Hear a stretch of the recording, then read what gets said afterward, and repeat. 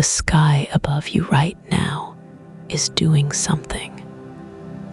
Before we go any further, if you want a brand new Earth topic every single night to fall asleep to, subscribe. One tap and a new story is waiting for you every evening. Even on a still, clear night, the atmosphere is alive with movement. Electric charge builds in clouds.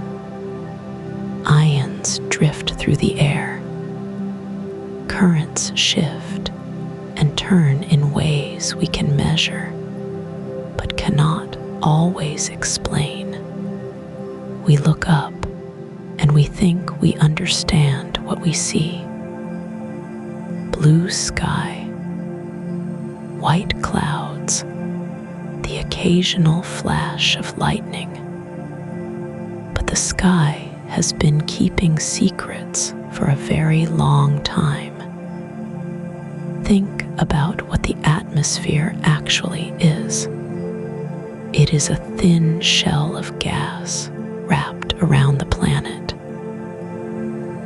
If Earth were the size of a basketball, the atmosphere would be thinner than a coat of paint.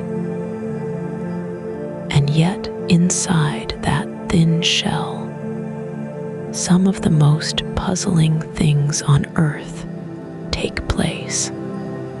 Things that trained pilots have reported. Things that sailors wrote down in ship logs hundreds of years ago. Things that ordinary people have seen in their own backyards in broad daylight and could not explain. We tend to think of the sky as something we have figured out. And in many ways, we have. We understand why thunder follows lightning. We understand how raindrops form. We can track a hurricane from space and predict where it will go. The science of weather is old and deep and full of hard-won knowledge. But there are corners of that science where the answers get thin, where the data runs out, where researchers look at each other and say, quietly, that they are not sure. One of those corners belongs to a phenomenon called ball lightning. It is a glowing sphere of light that appears during or after thunderstorms. It floats. It drifts. It sometimes passes through walls, and then it vanishes, usually without a sound. Thousands of people across many centuries have reported seeing it. And yet, as of today, no one has fully explained what it is. No one has reliably made it happen in a lab and then said with confidence, "This is the mechanism. This is the cause. This is how it works." That mystery sits at the center of tonight's story. But ball lightning is not alone. The sky produces other strange lights too. Lights that hover over marshes. Lights that appear above mountains before an earthquake.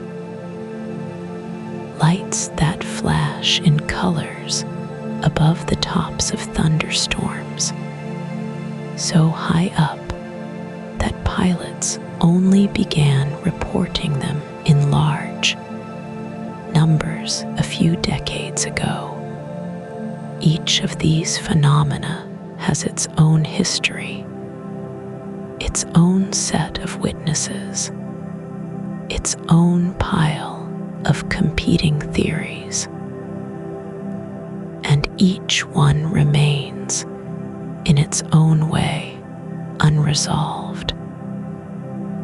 There is something quietly remarkable about that. We live in an age of satellites and radar and instruments that can detect a single molecule in the air. We can map the ocean floor and sequence the DNA of ancient creatures. And yet, a glowing ball of light that floats through a kitchen window and disappears still does not have a settled explanation. That gap between what we can do and what we still cannot explain is worth sitting with for a moment. It is not a frightening gap. It is a fascinating one. The sky is not hiding these things from us out of malice. It is simply large and complex and full of conditions that are hard to recreate in a controlled setting. A thunderstorm is not a laboratory. A Norwegian valley at night is not a laboratory. The atmosphere does not perform on command. So researchers gather reports, build models, run small experiments, and argue carefully about which theory fits the evidence best. The work is slow. The answers are partial, and the lights keep appearing. Tonight, we are going to move slowly through this world of strange skies. We will look at what ball lightning actually looks like, based on the accounts of people who say they have seen it. We will look at the theories that scientists have proposed and the reasons those theories remain contested. We will visit some of the places on Earth where unexplained lights appear with enough regularity that researchers have set up instruments to watch for them. And we will sit gently with the question that ties all of it together. What is the sky doing when we are not looking? What happens in the charged air between a cloud and the ground, in the dark above a storm, in the still air over a quiet valley at midnight? We have some answers. We have many more questions. And for tonight, the questions are enough. Close your eyes if you like. The story is just beginning.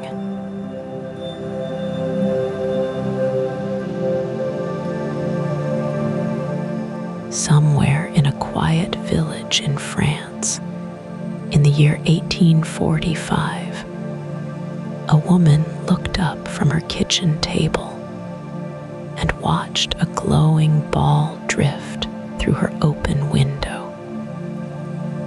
It was about the size of a large orange. It floated slowly across the room. Then it slipped out through the chimney and disappeared. She was not dreaming. She was not confused. She wrote down what she saw, and her account has been studied ever since. That kind of story is where ball lightning begins. Ball lightning is the name given to a rare, luminous object that sometimes appears during or after a thunderstorm. It looks like a floating sphere of light. It can be as small as a marble or as wide as a beach ball. Some witnesses have described objects even larger than that, roughly the size of a car tire. Most reports place the size somewhere between a golf ball and a basketball, which is already a strange range for something that is supposed to be made of electricity. The color varies too. Witnesses have described white, yellow, orange, red, and blue. Some say the light is steady. Others say it pulses gently, like something breathing. A few describe a faint hiss or crackling sound. Others say it moves in total silence. It usually lasts only a few seconds, but some accounts describe it lingering for a minute or more, drifting slowly through the air, as if it has no particular destination. Then it either fades quietly or, in some cases, vanishes with a small pop or a sharp bang. The ones that end with a bang sometimes leave behind a faint smell, something like burnt air or sulfur. That smell is one of the few physical clues researchers have to work with. Burnt or sharp-smelling air can suggest the presence of ozone, which is a form of oxygen that forms when electricity passes through the atmosphere. This has led some scientists to think ball lightning might be a kind of sustained electrical discharge, a pocket of energy that somehow holds itself together long enough to drift across a room or float down a hillside. But here is where the mystery begins to deepen. A normal bolt of lightning lasts less than a second. It releases its energy in one fast, violent stroke. Ball lightning, if the witnesses are to be believed, holds together for seconds or even minutes. That is an enormous difference. No one has fully explained how a ball of electrical energy could sustain itself that long without simply collapsing or exploding outright. One theory is that ball lightning is a form of plasma. Plasma is what you get when a gas becomes so hot or so charged that its atoms break apart into loose particles. The sun is made of plasma. So is the inside of a lightning bolt. For the fraction of a second it exists. Some researchers think that under the right conditions, a small pocket of plasma might become stable enough to float freely in the air. Laboratory experiments have produced small glowing plasma blobs, and some of them look remarkably like what witnesses describe. But those lab versions last only a fraction of a second. Getting plasma to hold together for a full minute in open air is something no experiment has managed to do. A competing idea suggests that ball lightning might not be plasma at all. Some researchers have proposed that it could be a chemical reaction, a burning cloud of fine particles released by a lightning strike. Others have suggested it might involve microwave radiation trapped inside a bubble of ionized air. Each of these ideas has something to recommend it, and each one has problems that its supporters have not yet solved. What makes ball lightning so difficult to study is that it is almost impossible to predict. It shows up without warning, lasts only moments, and leaves almost no trace behind. There are no sensors positioned to catch it. There are no cameras aimed at the right spot at the right time. The vast majority of what we know about ball lightning comes from eyewitness accounts.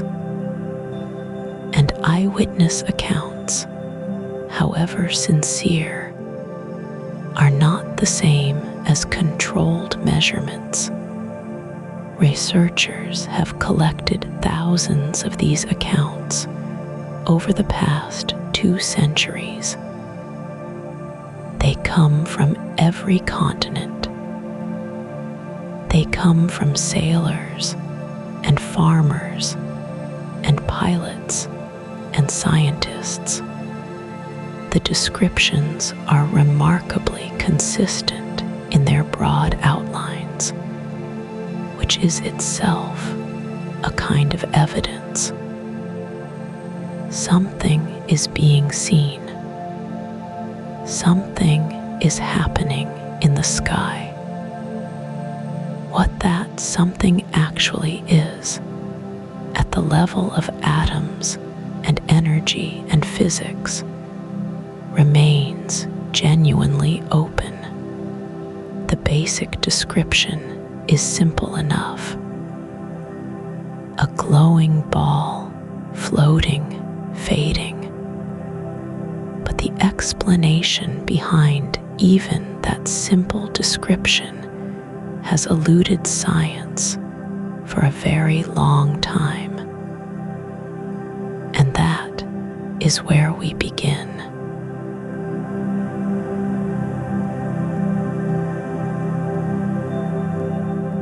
There is something strange about the way ball lightning arrives in the world.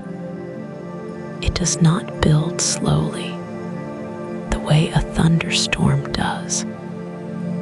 It does not announce itself with distant rumbling or a darkening sky. It simply appears. One moment the air is ordinary. The next, there is a glowing sphere hanging in the space where nothing was before. And then, just as quietly, it is gone.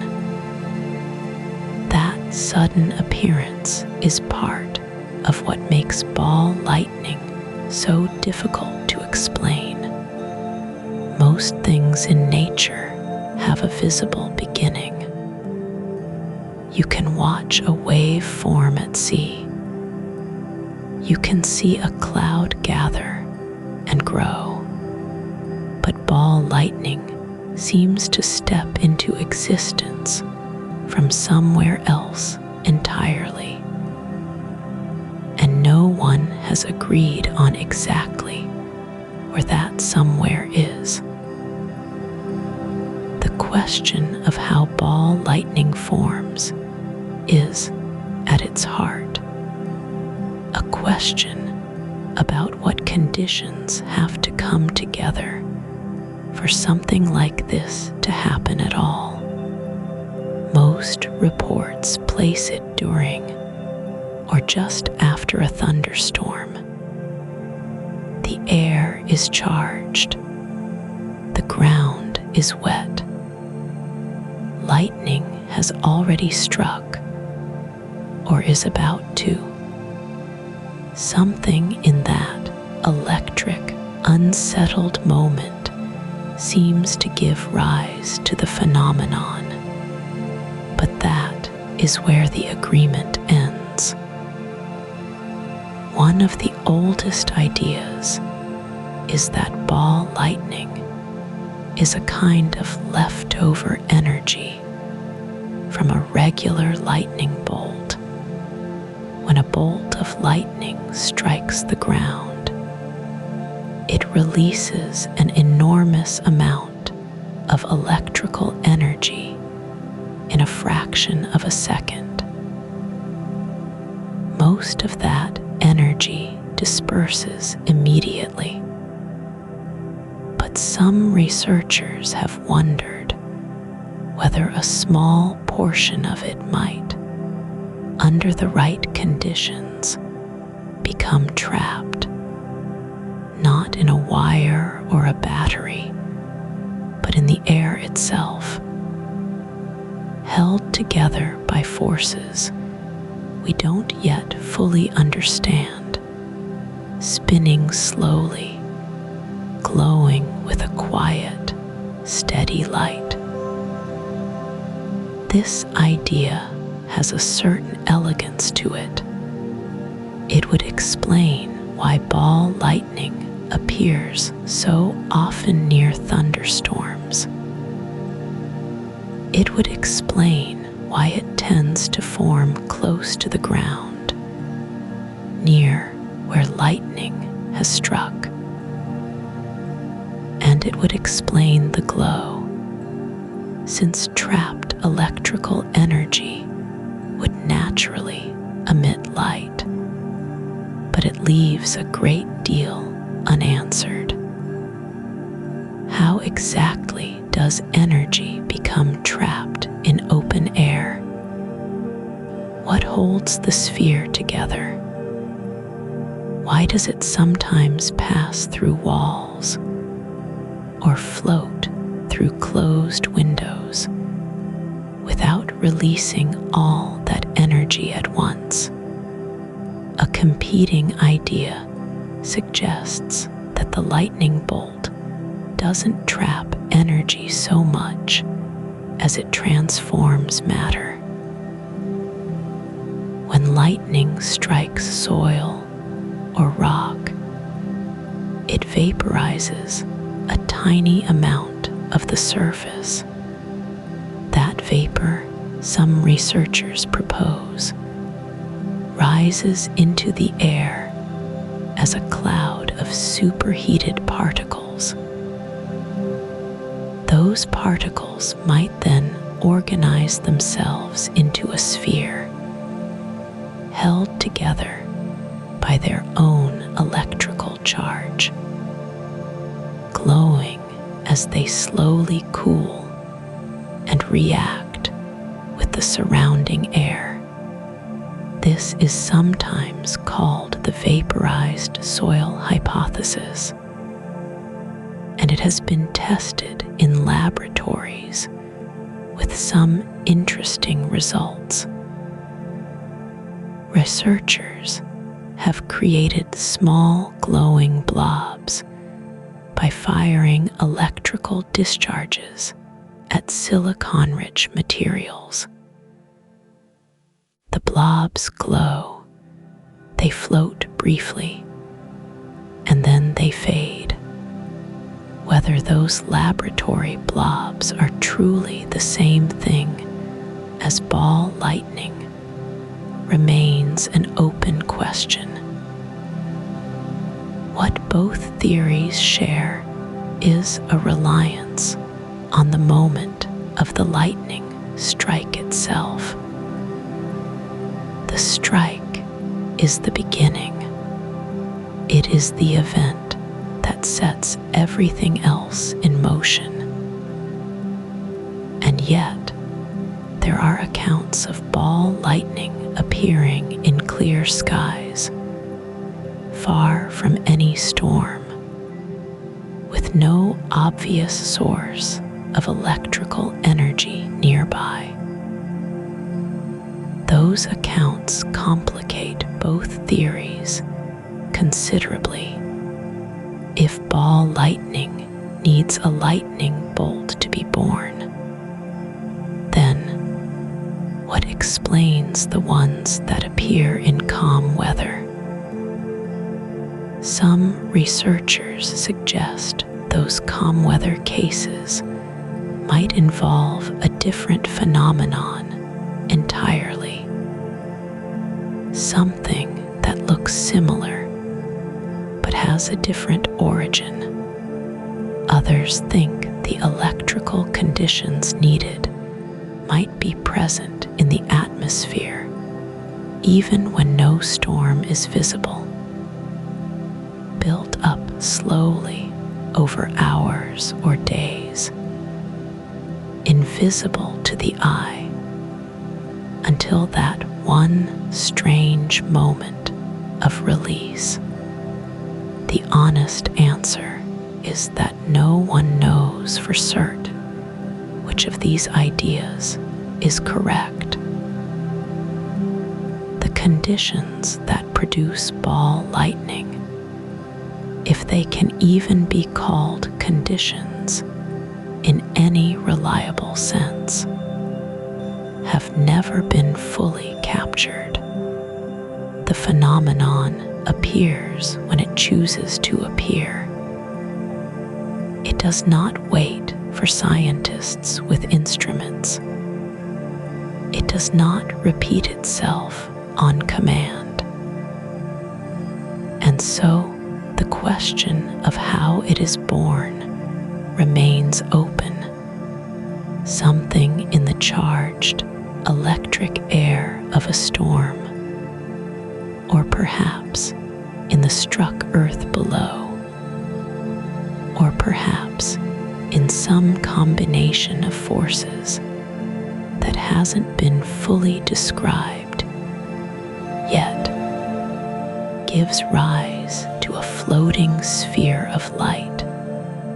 It hangs in the air for a few seconds or a few minutes, and then it releases whatever it was holding and disappears.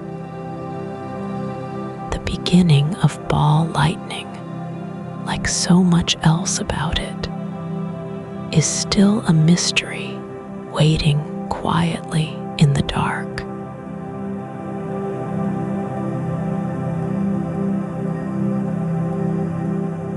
People have been watching glowing spheres in the sky for a very long time.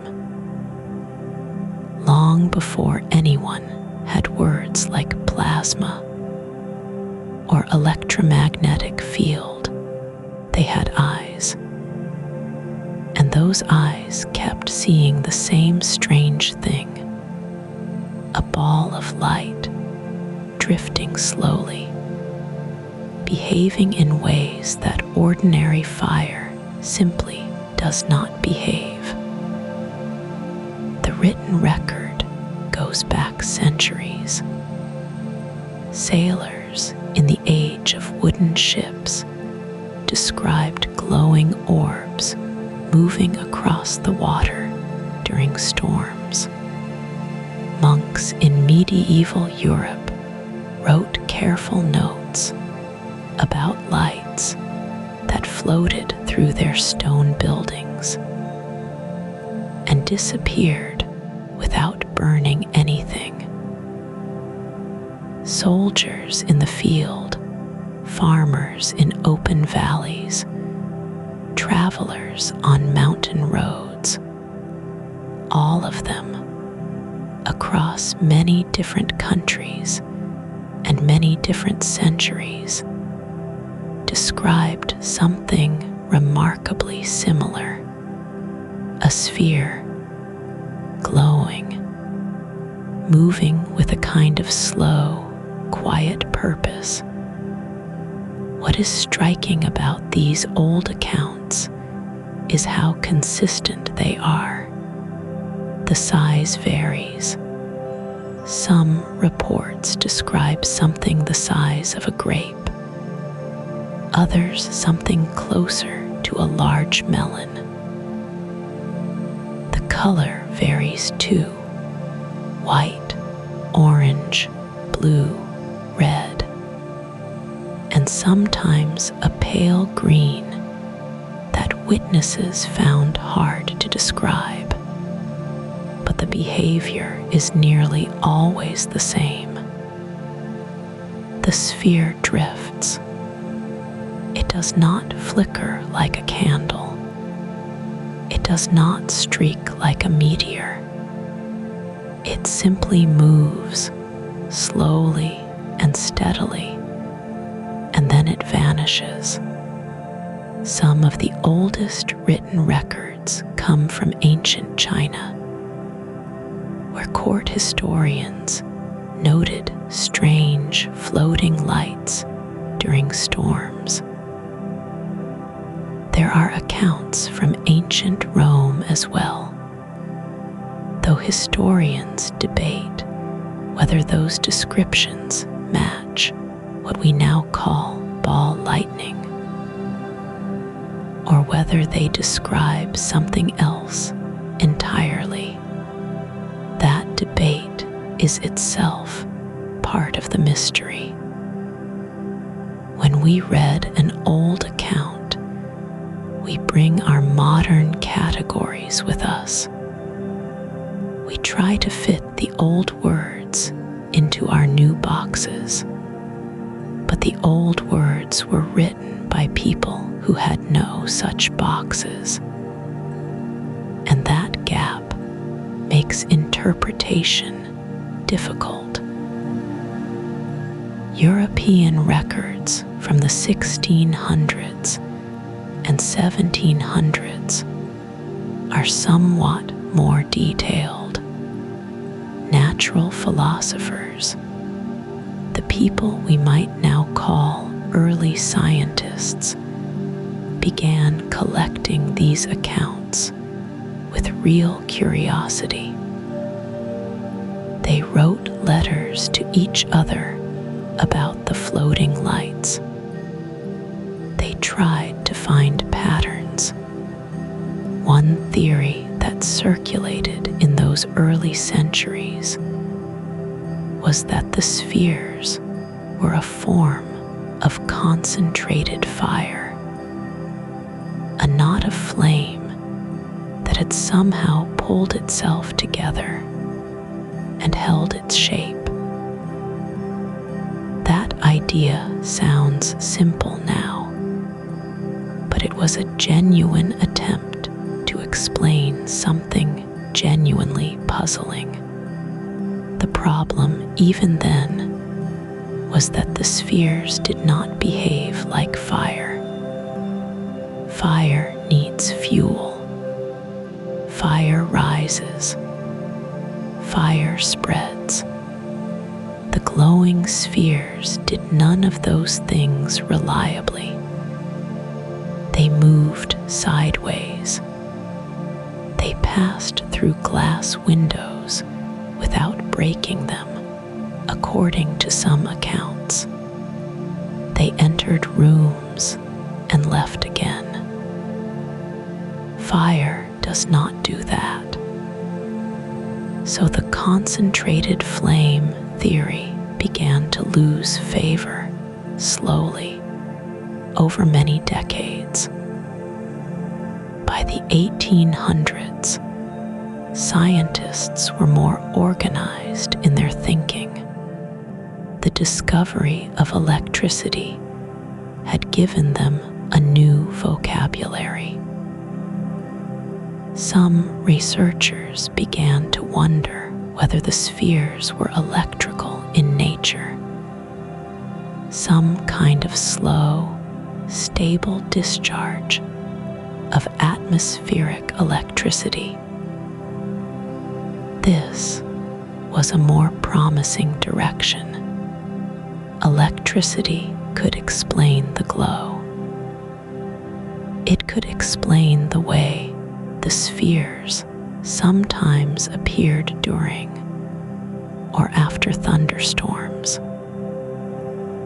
But it could not easily explain why the spheres held their shape, why they drifted so calmly, or why they sometimes lasted for many seconds or even minutes without fading. That question of duration is one of the most puzzling parts of the historical record.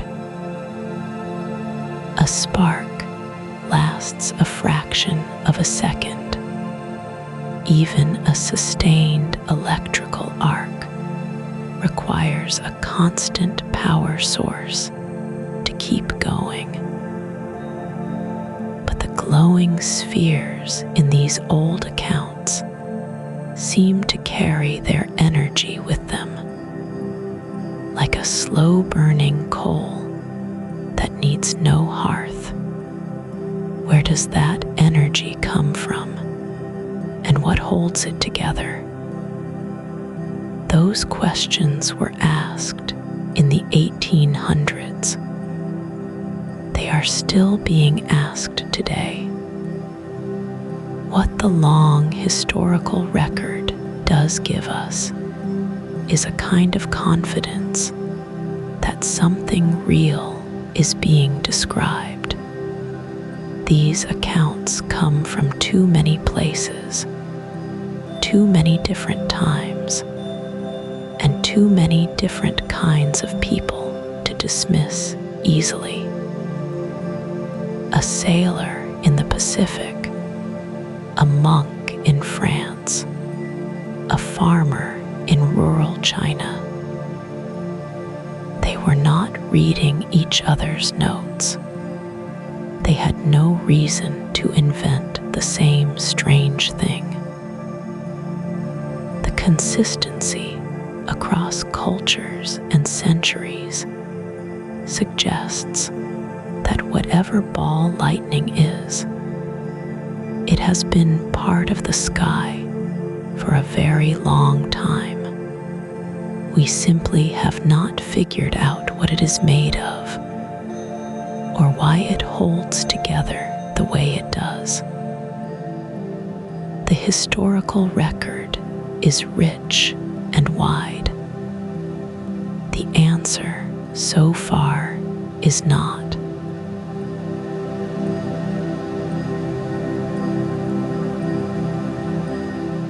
People who have seen ball lightning do not forget it. That much seems clear. The accounts come from sailors and farmers, from scientists and schoolchildren, from people who had no reason to invent such a thing, and every reason to doubt their own eyes. And yet the descriptions, gathered across centuries and across continents, share a strange consistency. Something glowing, something round, something that moved in ways ordinary fire simply does not move.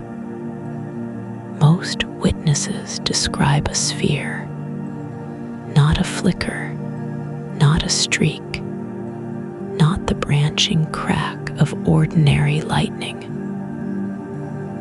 A sphere roughly the size of a grapefruit or a melon, sometimes as small as a marble, sometimes as wide as a beach ball.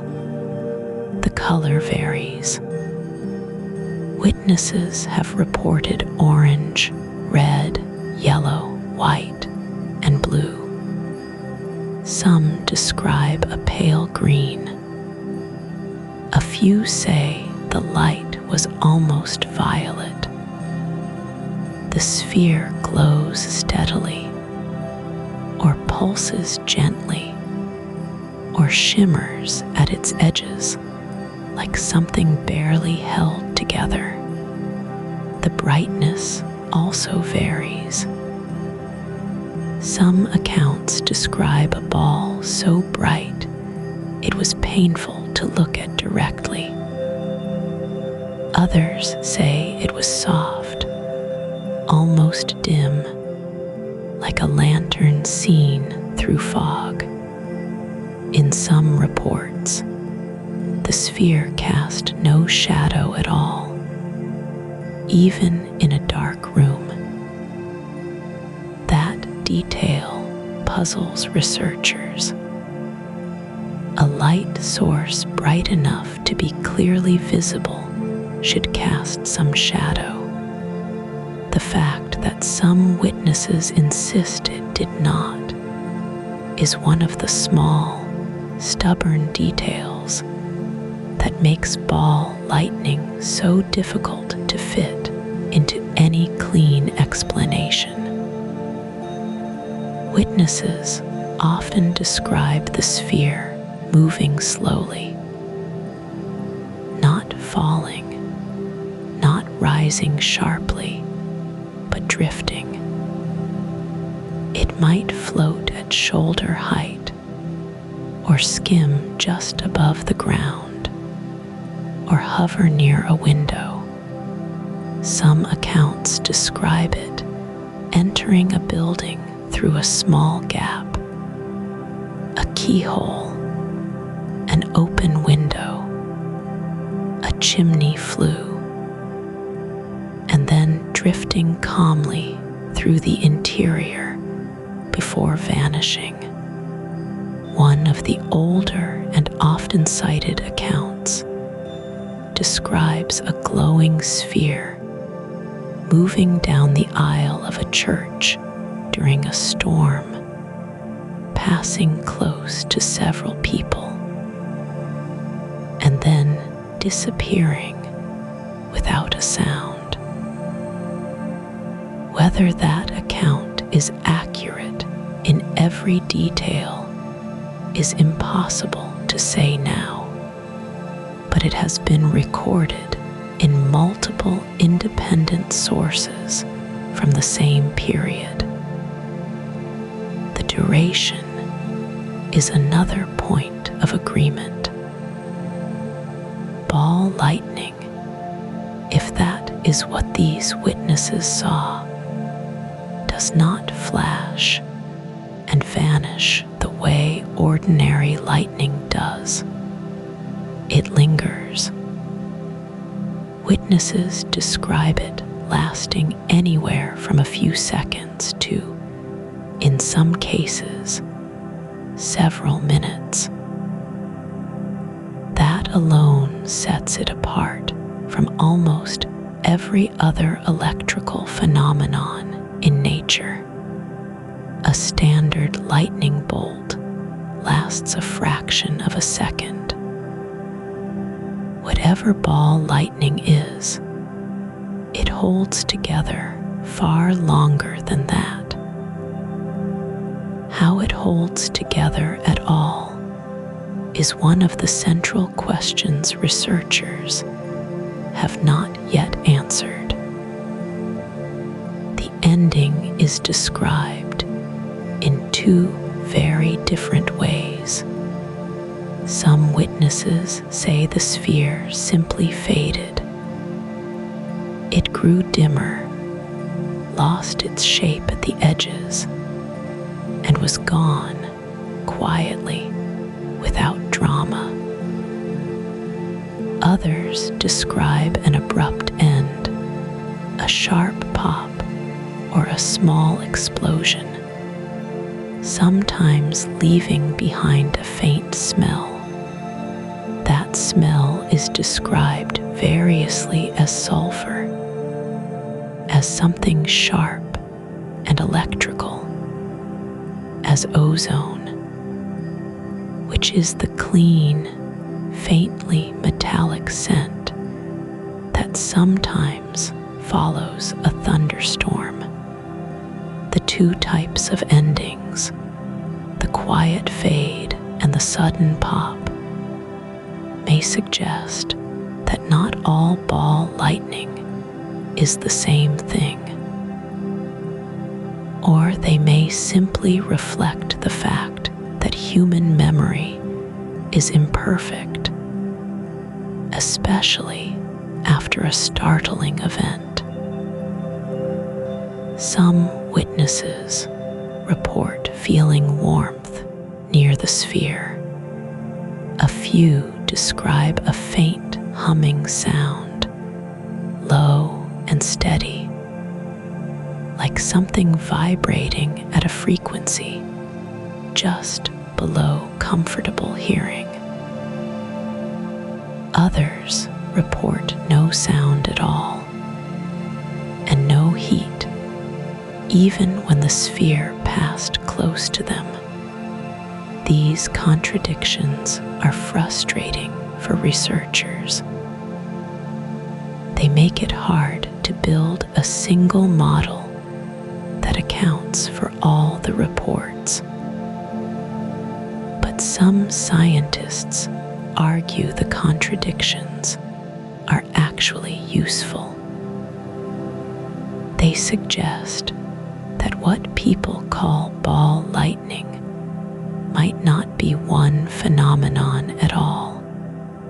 It might be several different things, produced by different causes, that happen to look similar from a distance.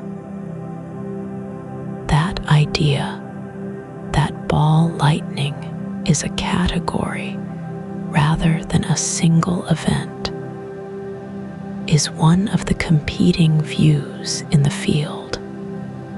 Others argue the opposite, that the consistency of the core description, the sphere, the slow drift, the long duration, points to a single underlying cause that simply expresses itself differently depending on conditions. Both views have supporters. Neither has been proven. What remains after all the accounts are gathered and compared is a picture that is vivid but incomplete. Witnesses agree on the shape. They agree on the movement. They agree that it was unlike anything else they had seen. Beyond that, the details scatter. And in that scattering, the mystery stays open, patient, and quiet, waiting for someone to find the thread that ties it all together.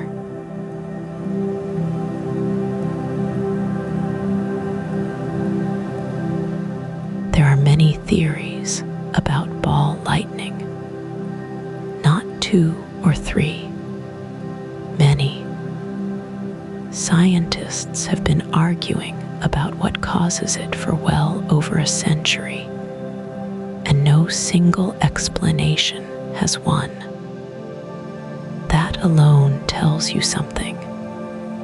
When a mystery survives that long inside a field full of careful, skeptical people, it means the mystery is real. Let's sit with the scale of that disagreement for a moment. Think about how small a tennis ball is. You can hold one in your palm.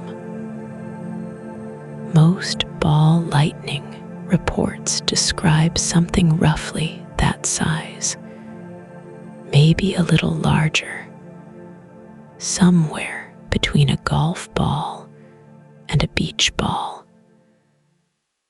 A few witnesses describe something the size of a car. That range alone is strange. Most natural phenomena come in predictable sizes. A raindrop is a raindrop. A hailstone grows by known rules. But ball lightning, if it is one thing, seems to come in wildly different sizes with no clear pattern.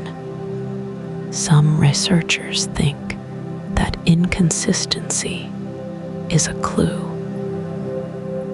Others think it means witnesses are seeing different things entirely and calling them all by the same name. Now think about heat.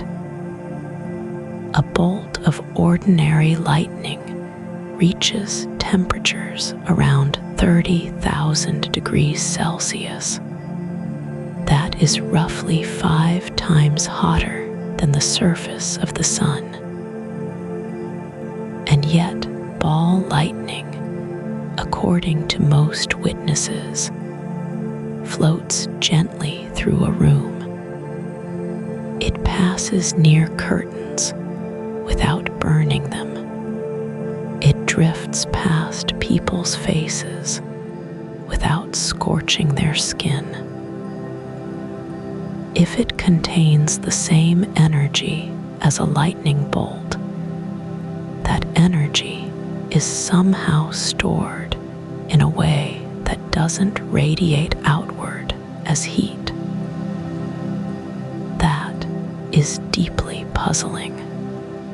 One theory says the energy inside ball lightning must be incredibly small, far less than a lightning strike, just enough to glow. Another theory says the energy could be large, but is somehow contained, locked inside a structure we don't yet understand. Both ideas are still open. One of the oldest scientific theories says ball lightning is a ball of plasma. Plasma is the fourth state of matter, a gas so hot its atoms have lost their electrons and become electrically charged. The sun is made of plasma. Lightning bolts are plasma for a fraction of a second.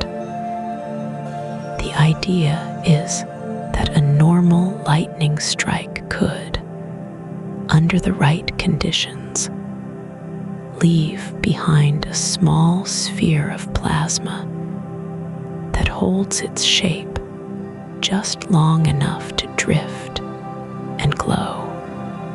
It's a reasonable idea. Plasma does glow.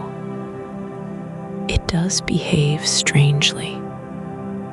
But plasma in a lab falls apart almost instantly without a container to hold it. Nothing in open air should keep it together for the seconds or minutes that witnesses describe. So the plasma theory has problems. A competing idea, proposed more recently, involves something called microwave radiation trapped inside a bubble of ionized air. Ionized air is air where the atoms carry an electric charge. The theory goes that a lightning strike could create a shell of ionized air that acts like a mirror, bouncing microwave energy back and forth inside itself, glowing as it does. Some researchers have even created small glowing orbs in laboratory conditions using microwave energy. Those orbs look, briefly, a little like what witnesses describe, but they last only fractions of a second. They don't float.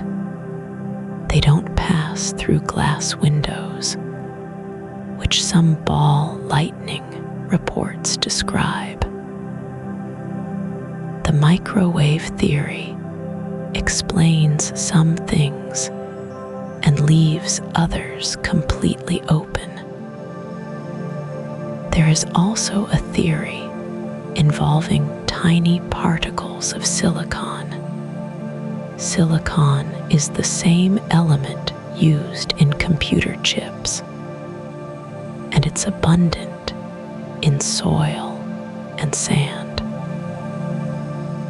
One idea is that a lightning strike vaporizes silicon from the ground, and that cloud of silicon vapor forms a loose, glowing sphere as it slowly oxidizes, meaning it slowly reacts with oxygen in the air. This theory was published in a respected scientific journal and attracted real attention.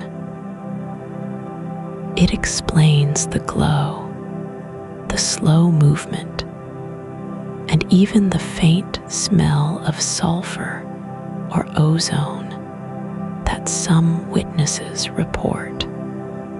But it struggles to explain ball lightning seen indoors, far from any soil, or ball lightning that passes through solid walls without leaving a mark. Each theory explains a piece of the puzzle. None explains all of it, and that is the honest state of things. The scale of the disagreement is not a sign that scientists are failing. It's a sign that the phenomenon, whatever it is, does not fit neatly into any box we've built so far. Some researchers suspect there may be more than one phenomenon hiding under the name ball lightning. A glowing sphere seen during a thunderstorm might be something entirely different from a glowing sphere seen in a quiet room on a calm day. The same name, two different mysteries. Or perhaps one mechanism, stranger than any theory proposed so far, explains all of it. That question remains open tonight, as it has for a very long time.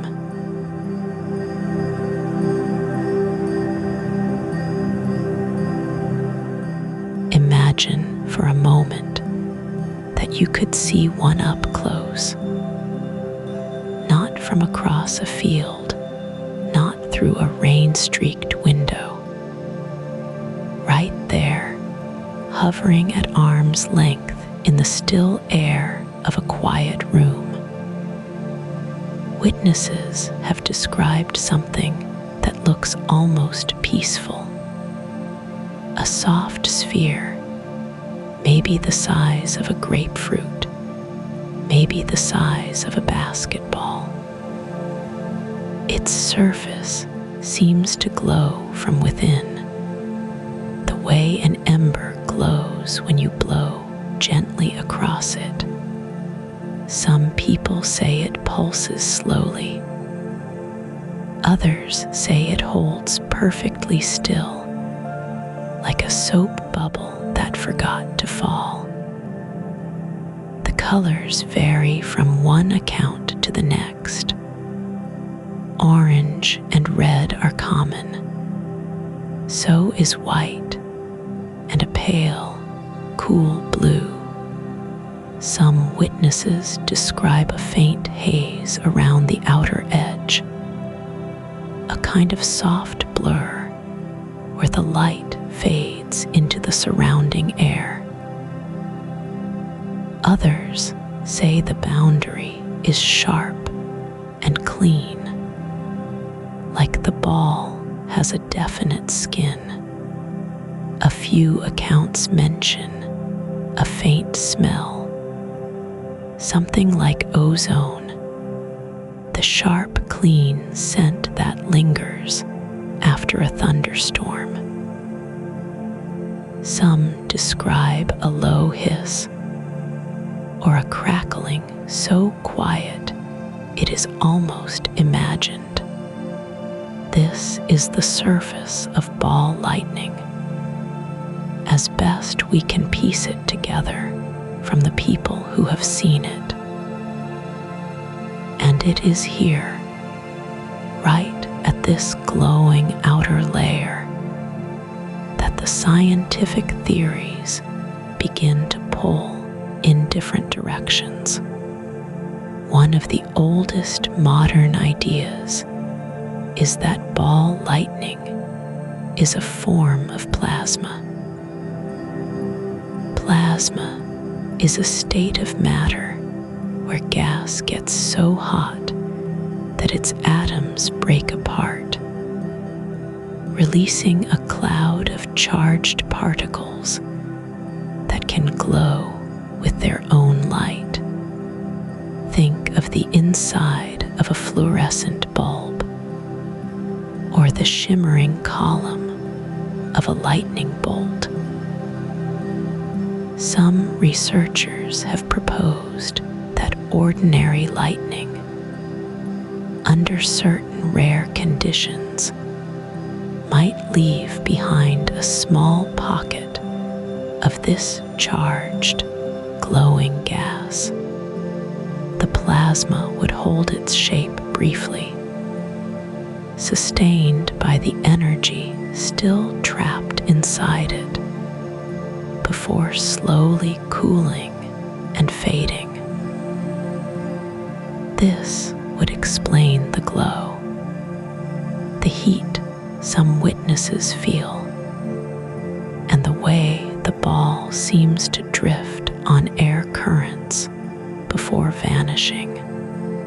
But plasma, as we understand it, does not hold together on its own for very long. It wants to expand and disperse. Most ball lightning accounts describe an object that lasts for several seconds, and some describe one that lingers for half a minute or more. Keeping a pocket of plasma stable in open air without any container for that long is something no laboratory has managed to reproduce reliably. So the plasma idea, while appealing, leaves real questions open. Another theory takes a very different approach. Some researchers have suggested that ball lightning might involve microwave radiation, the same kind of energy used in a kitchen microwave oven, trapped inside a bubble of ionized air. The idea is that a lightning strike could, under the right conditions, create a small region where microwave energy bounces around inside a natural cavity in the air itself. The glowing surface would be the outer edge of this cavity, where the trapped energy interacts with the surrounding atmosphere.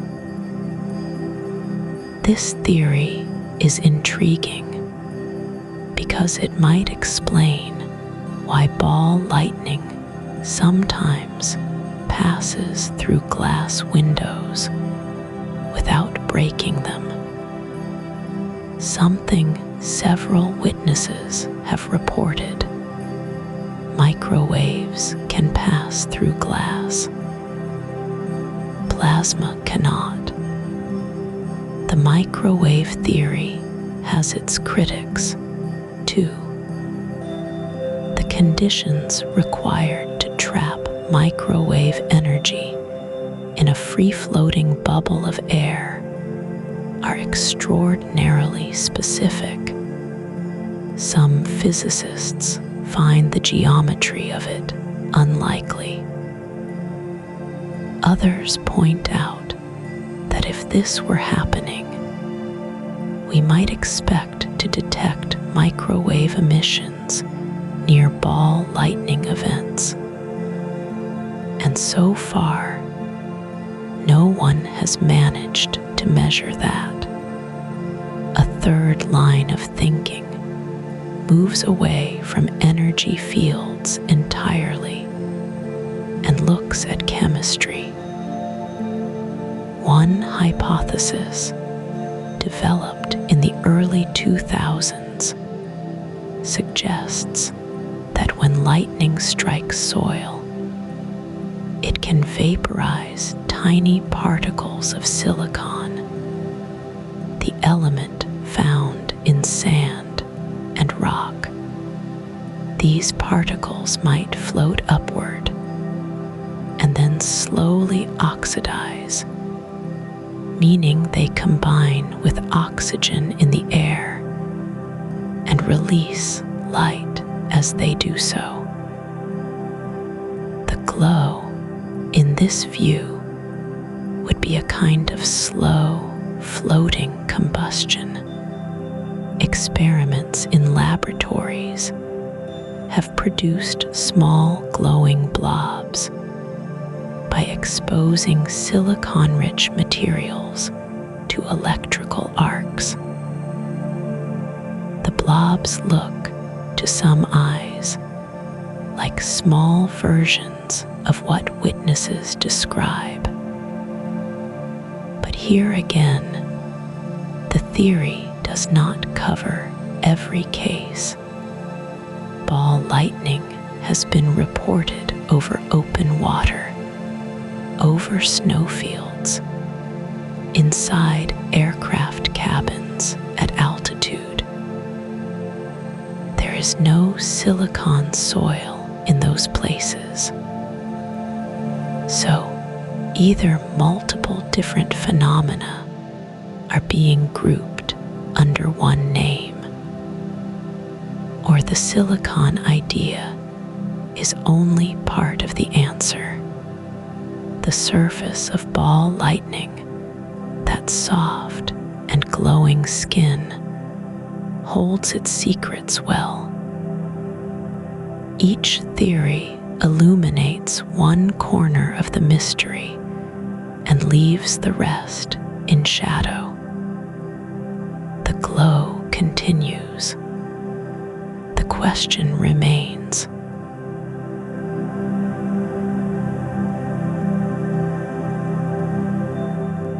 There is a quiet frustration at the heart of ball lightning research.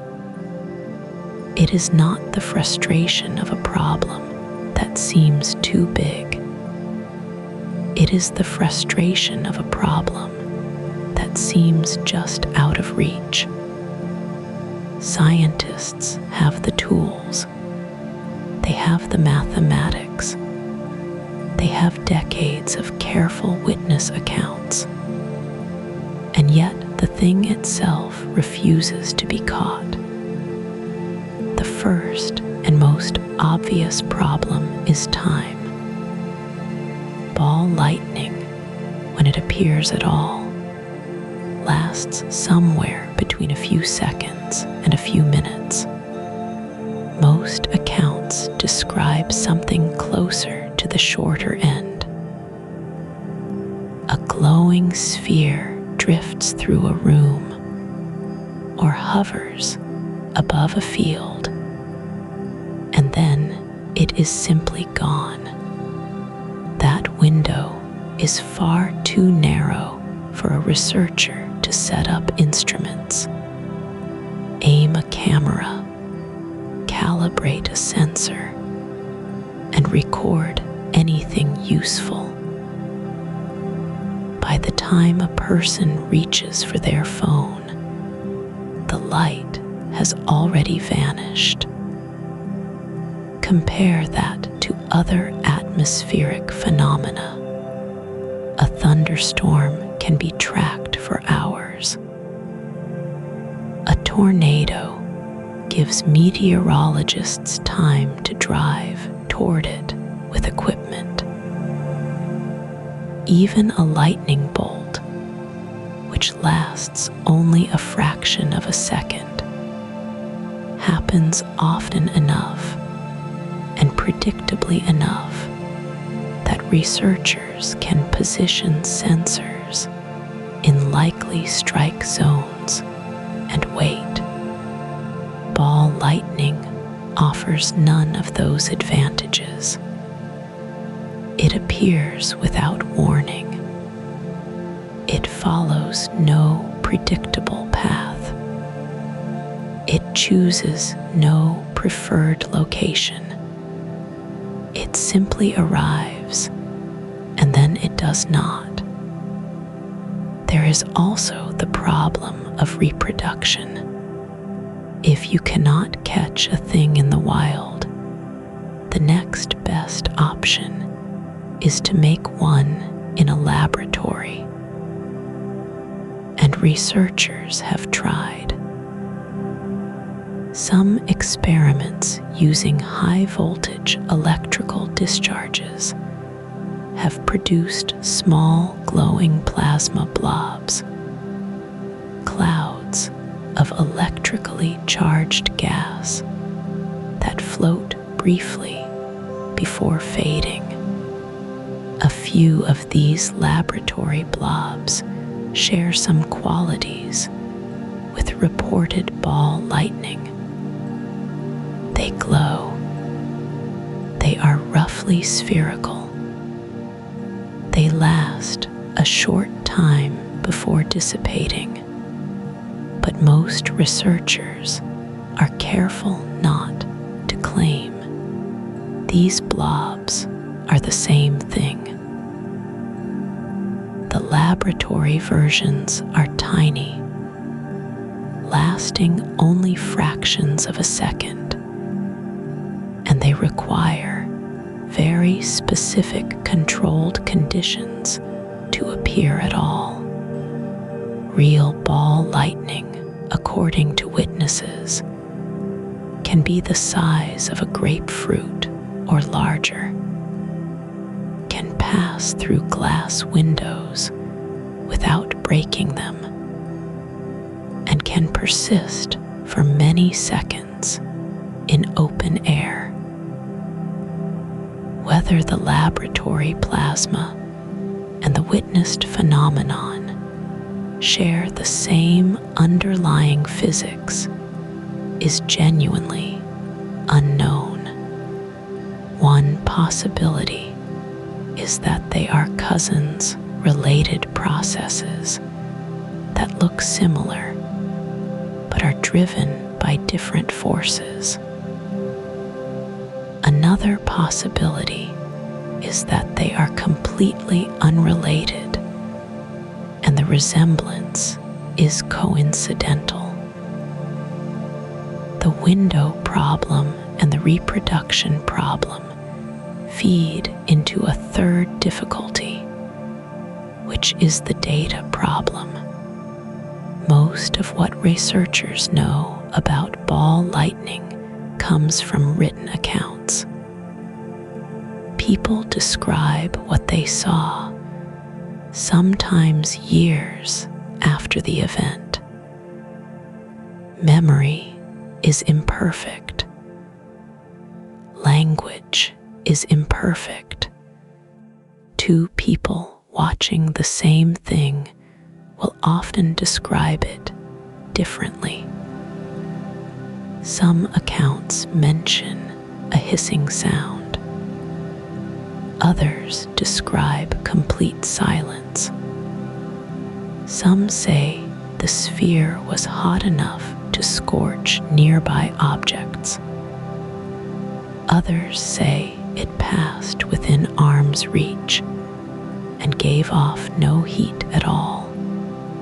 These contradictions are genuinely puzzling. One interpretation is that ball lightning is not a single phenomenon, but several different ones that happen to look similar. Another interpretation is that the variations reflect differences in the observer rather than differences in the object. Photography adds another layer of difficulty. Ball lightning has been photographed, but only rarely, and the images are almost always ambiguous. A blurry sphere of light on a dark background could be ball lightning. It could also be a lens flare, a reflection, a long exposure artifact, or any number of other things a camera can produce by accident. The handful of photographs that researchers take seriously are still debated. None of them have settled the question of what ball lightning is made of, because a photograph of light cannot tell you what is generating that light or why. Spectroscopy, the technique of splitting light into its component colors to identify the chemicals producing it, could in theory answer some of these questions. Different gases and materials glow at different wavelengths. If a spectrometer were aimed at ball lightning during one of its brief appearances, the resulting data might reveal whether the glow comes from plasma, from burning organic material, from some kind of chemical reaction, or from something else entirely.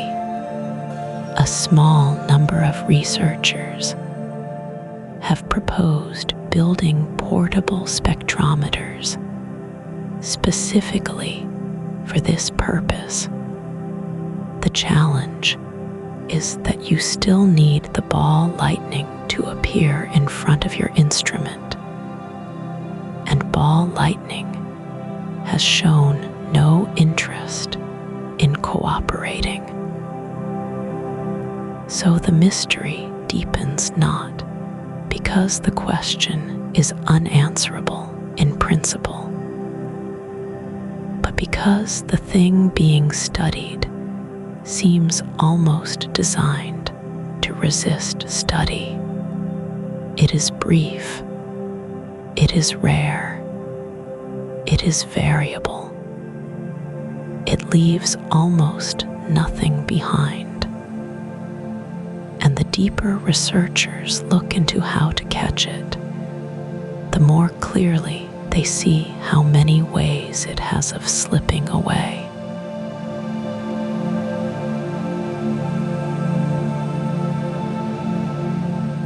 Water has its own relationship with strange light.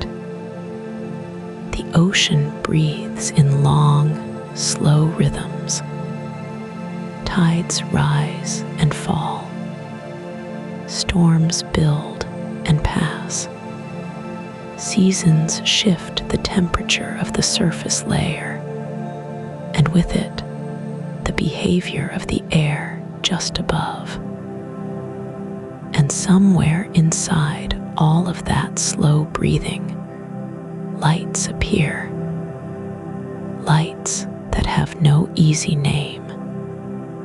Lights that sailors have watched for centuries without ever quite agreeing on what they are.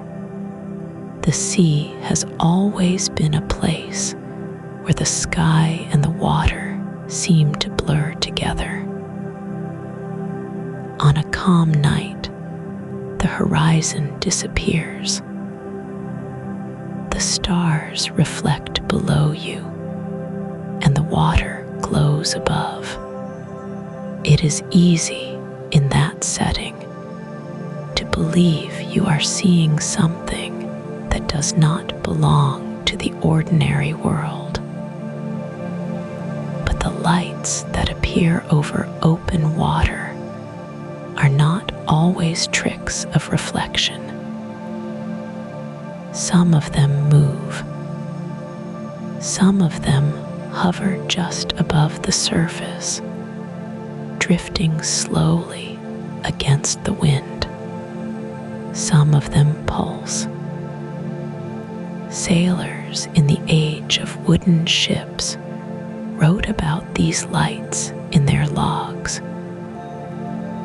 They described glowing balls that floated near the water's surface, sometimes for minutes at a time. They described columns of pale fire rising from the sea on still nights. They described lights that followed their ships for miles, keeping pace, then vanishing without any sound or flash. These were not men who frightened easily. They were practical people, recording what they saw because it seemed worth recording. One of the most documented regions for lights over water is the area around the mouth of the Catatumbo River, where it empties into Lake Maracaibo in what is now Venezuela.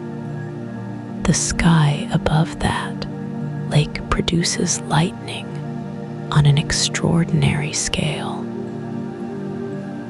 On most nights of the year, storms build over the water and the surrounding wetlands, and lightning flashes almost continuously for hours.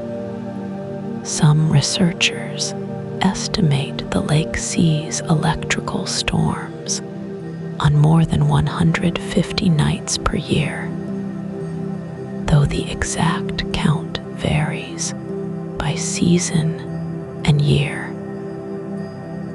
The dry season brings fewer storms. The wet season brings more. The cycle is tied to warm, moist air rising from the lake and colliding with cooler air coming down from the surrounding mountains. Within within those storms, witnesses have reported seeing something beyond ordinary lightning. Glowing masses that detach from the main discharge and drift slowly over the water. Whether these are ball lightning or some other form of electrical phenomenon, or simply the visual confusion of watching thousands of lightning strikes at once, is not settled. Some researchers believe the sheer electrical activity over the lake creates conditions where unusual plasma formations become more likely. Others think the reports are honest but misidentified, that the eye sees what it expects to see in a sky full of fire. The Hessdalen Lights are not unique in their connection to a body of water. The Min Lights of Australia are often reported near dry lake beds and river channels in the outback. The Hessdalen Lights in Norway appear in a valley that holds a river and several small lakes. The Marsh Lights of West Texas are sometimes seen near a dry basin that was once, long ago, a much larger body of water. The pattern is not perfect, and researchers are careful not to overstate it. But the frequency with which strange lights appear near water or near places that were once water is something that keeps coming up. One theory is that water plays a role in the electrical conditions that allow these lights to form. Moisture in the air changes how electrical charge moves and accumulates. A body of water can create its own local weather, its own small cycles of evaporation and cooling, its own patterns of rising and falling air. Some researchers wonder whether these microclimates, the tiny weather systems that form above lakes and rivers and marshes, might create pockets of unusual electrical activity that produce light in ways we don't yet understand. A competing view is simpler. Water reflects light. A distant car, a low star, a faint glow on the horizon, all of these become doubled and distorted when seen across still water. What looks like a floating ball of light might be a reflection that has been bent and stretched by layers of warm and cool air sitting above the surface.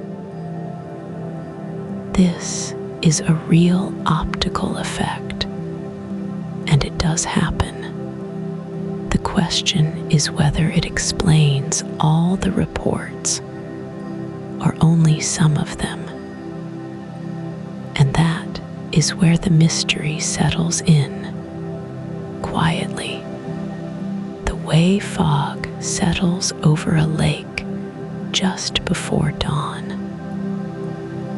The lights over water follow rhythms. They appear more often in certain seasons, in certain weather, near certain places. Something is cycling. Something is repeating. What that something is, and why it glows, remains a question the water has not yet answered.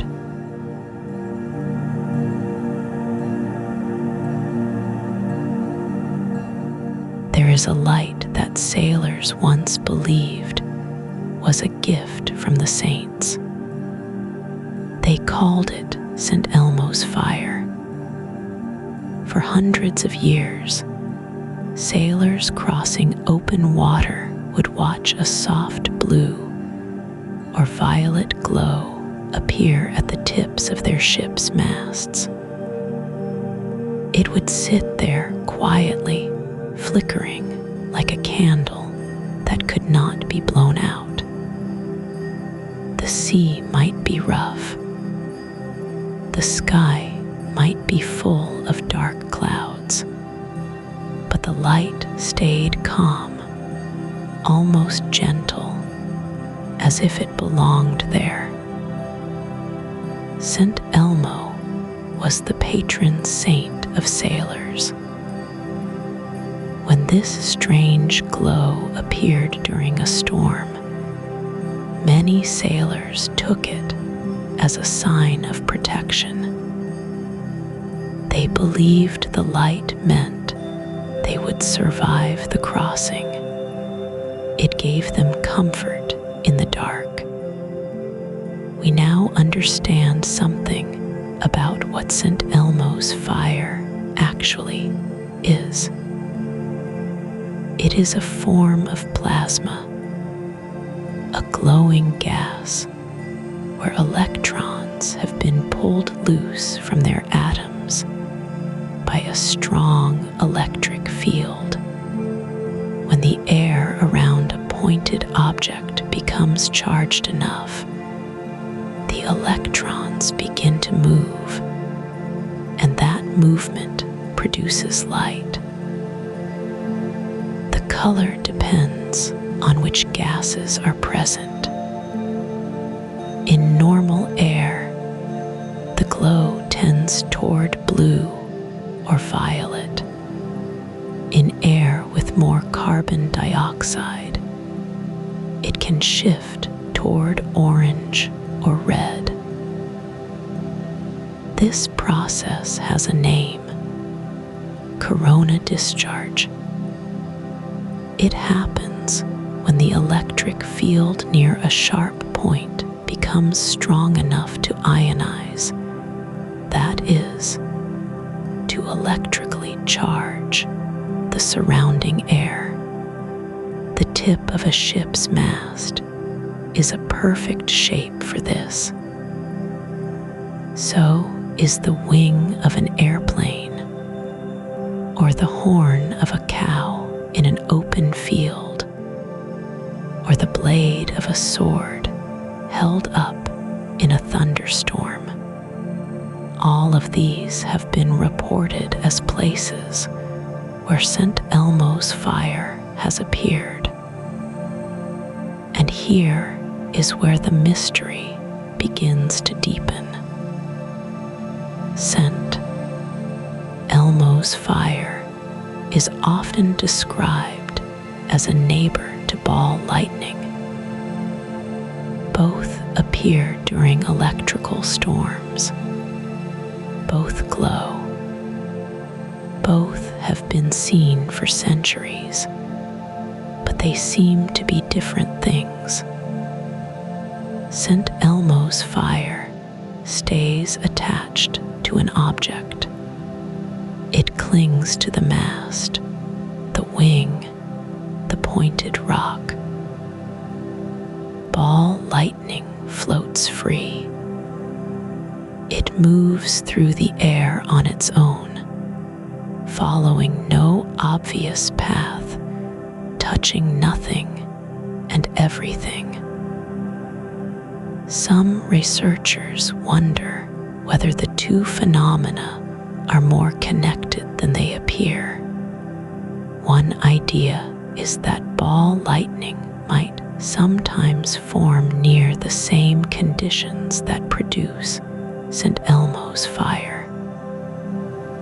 That the same intense electric fields that make a mast glow might, under certain circumstances, also give birth to a floating sphere of light. The conditions would have to be just right. The air would have to hold the charge in a different way. But the possibility is there, sitting open and unresolved. Other researchers push back on this idea. They point out that St. Elmo's fire is reasonably well understood, at least in its basic form. Corona discharge is something scientists can reproduce in a laboratory. Ball lightning, so far, cannot be reliably reproduced. Grouping them together, some argue, might cause us to miss what makes ball lightning truly strange. The two lights may be neighbors, but they may not be relatives. There is something else worth sitting with. St. Elmo's fire appears on pointed objects, but it also appears on flat surfaces sometimes, and on living things. Sailors have reported it glowing on their own hands. Pilots have seen it spread across the entire windshield of an aircraft like a soft, crawling light. In some accounts, it makes a faint hissing sound or a low crackling. In others, it is completely silent. These variations are not fully explained. The basic physics of corona discharge accounts for the glow on a mast tip, but why it sometimes spreads, why it sometimes makes sound and sometimes does not, why it behaves differently in different storms, these questions remain open. There is also the question of what it feels like to be near it. Most accounts say it produces no heat. People have stood close to it, even touched objects covered in it, and felt nothing unusual. A few accounts describe a faint tingling, but the light itself seems cool, almost peaceful, which is part of why sailors found it comforting rather than frightening. That comfort is its own kind of mystery. Here was something that should have been alarming, a glowing fire on the mast of a wooden ship in the middle of a storm at sea. And yet, for centuries, people looked at it and felt safe. Perhaps that tells us something about how we respond to light. Or perhaps it tells us something about how strange and various the sky's electrical life truly is. The glow sits at the tip of the mast, quiet and blue, question of what it shares with its stranger, floating neighbor remains, for now unanswered.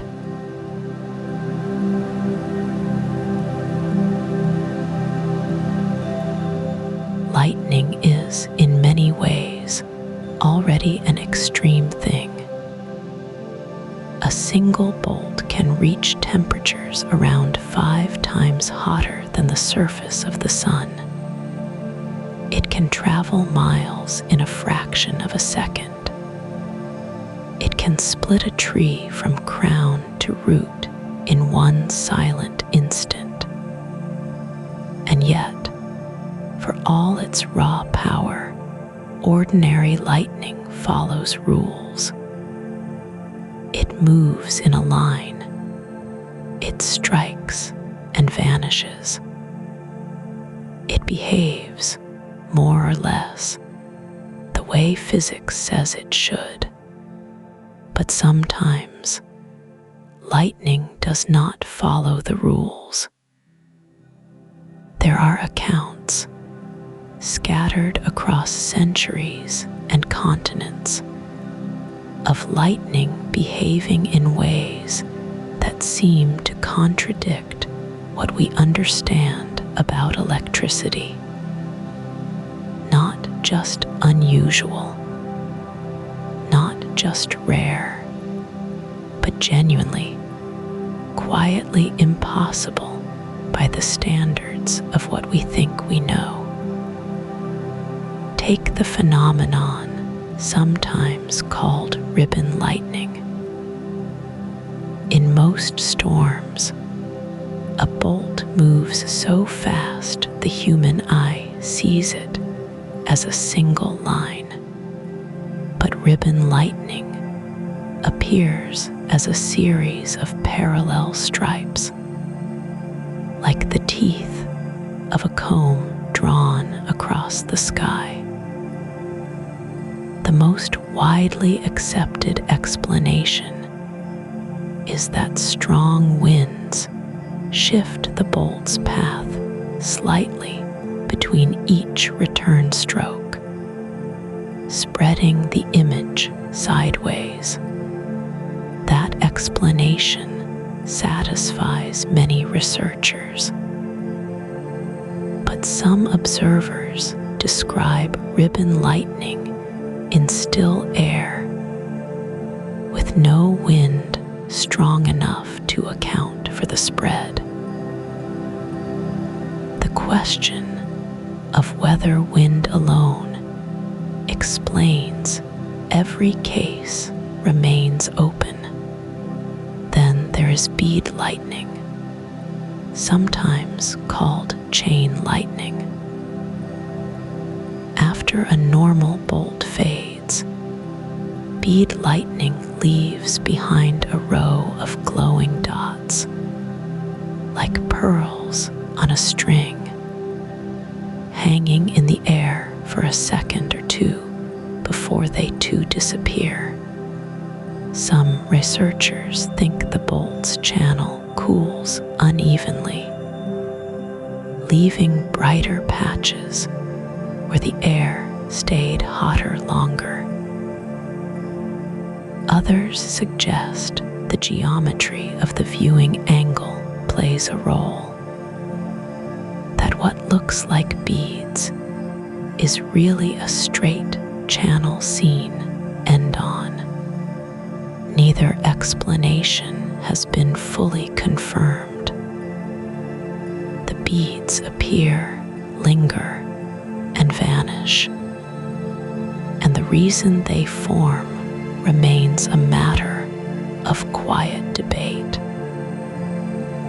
Positive lightning is another extreme worth sitting with.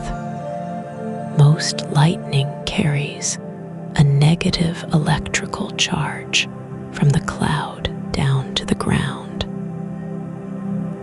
But roughly 1 in every 10 bolts carries a positive charge instead, moving from the upper parts of a storm cloud. Positive lightning tends to be far more powerful than its negative counterpart.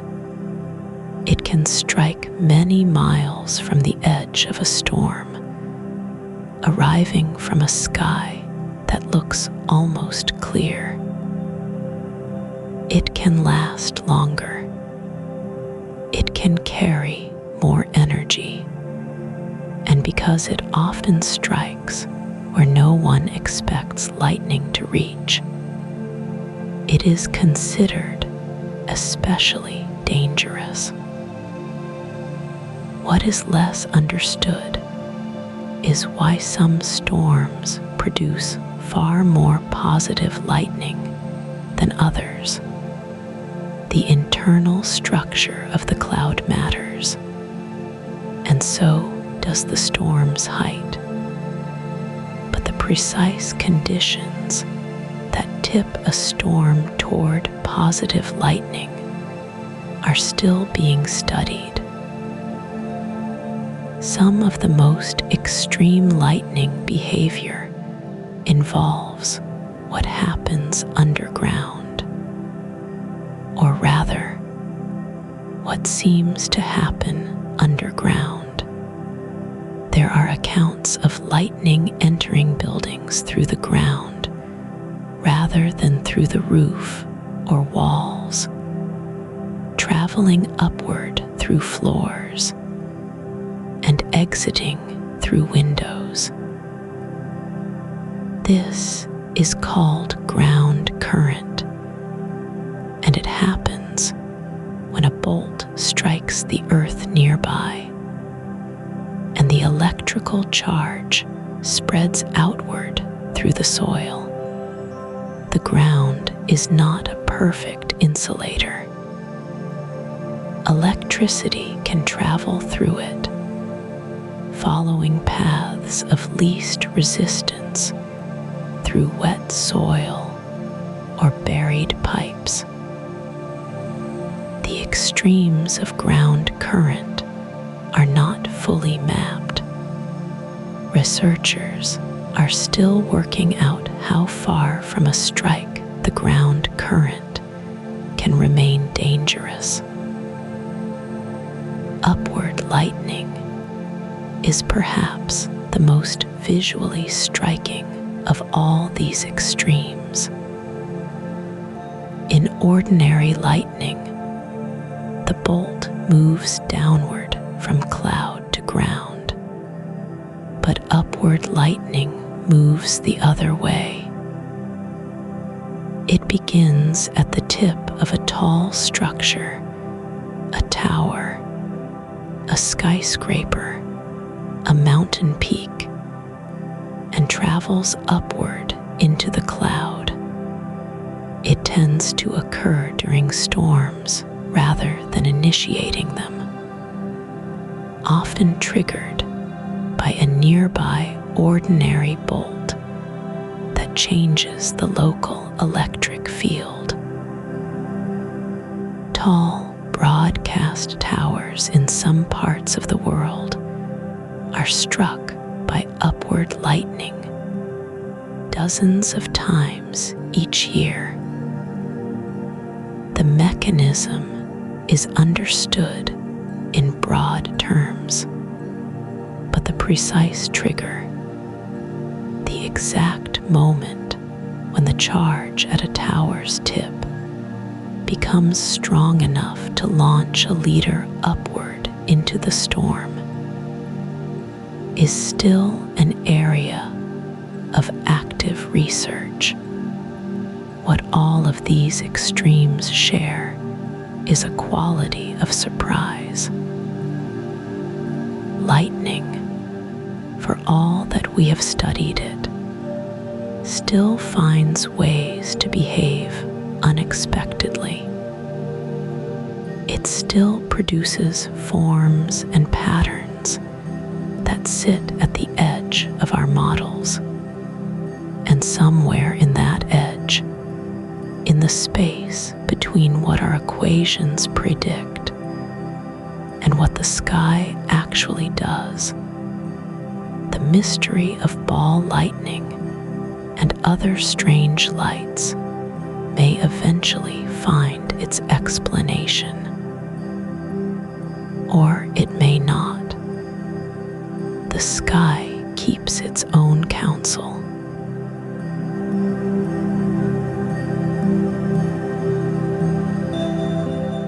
High above the storm, where most of us never think to look, there are lights that science only confirmed in the last few decades. They flash for a fraction of a second. They appear above the clouds, not inside them. And for most of human history, no one knew they were there.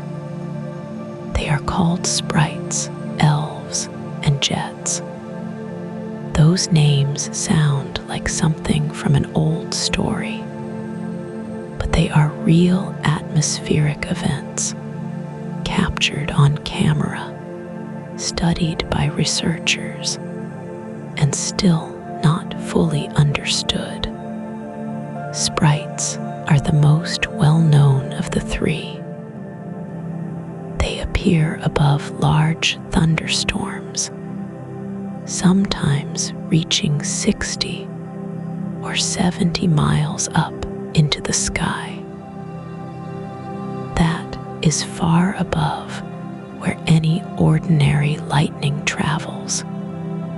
A sprite lasts only a few milliseconds, 1,000th of a second, sometimes less. They are reddish in color, fading to blue at their lower edges.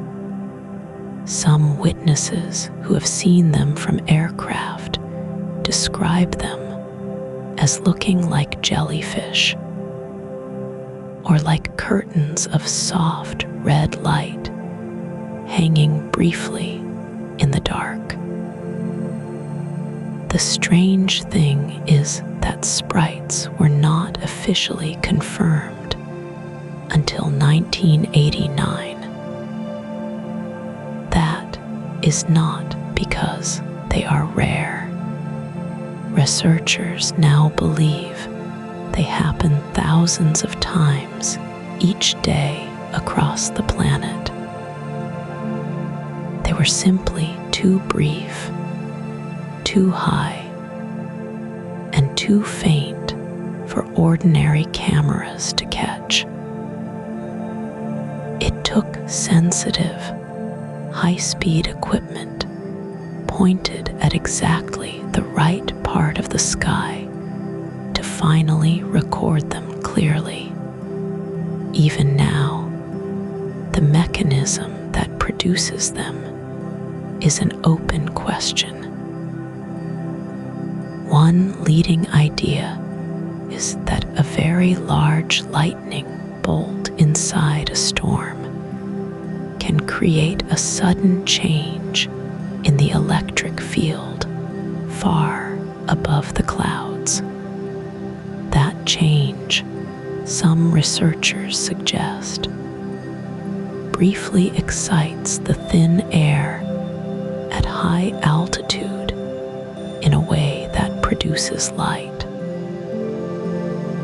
The reddish color seems to come from nitrogen gas in the upper atmosphere glowing when it is energized.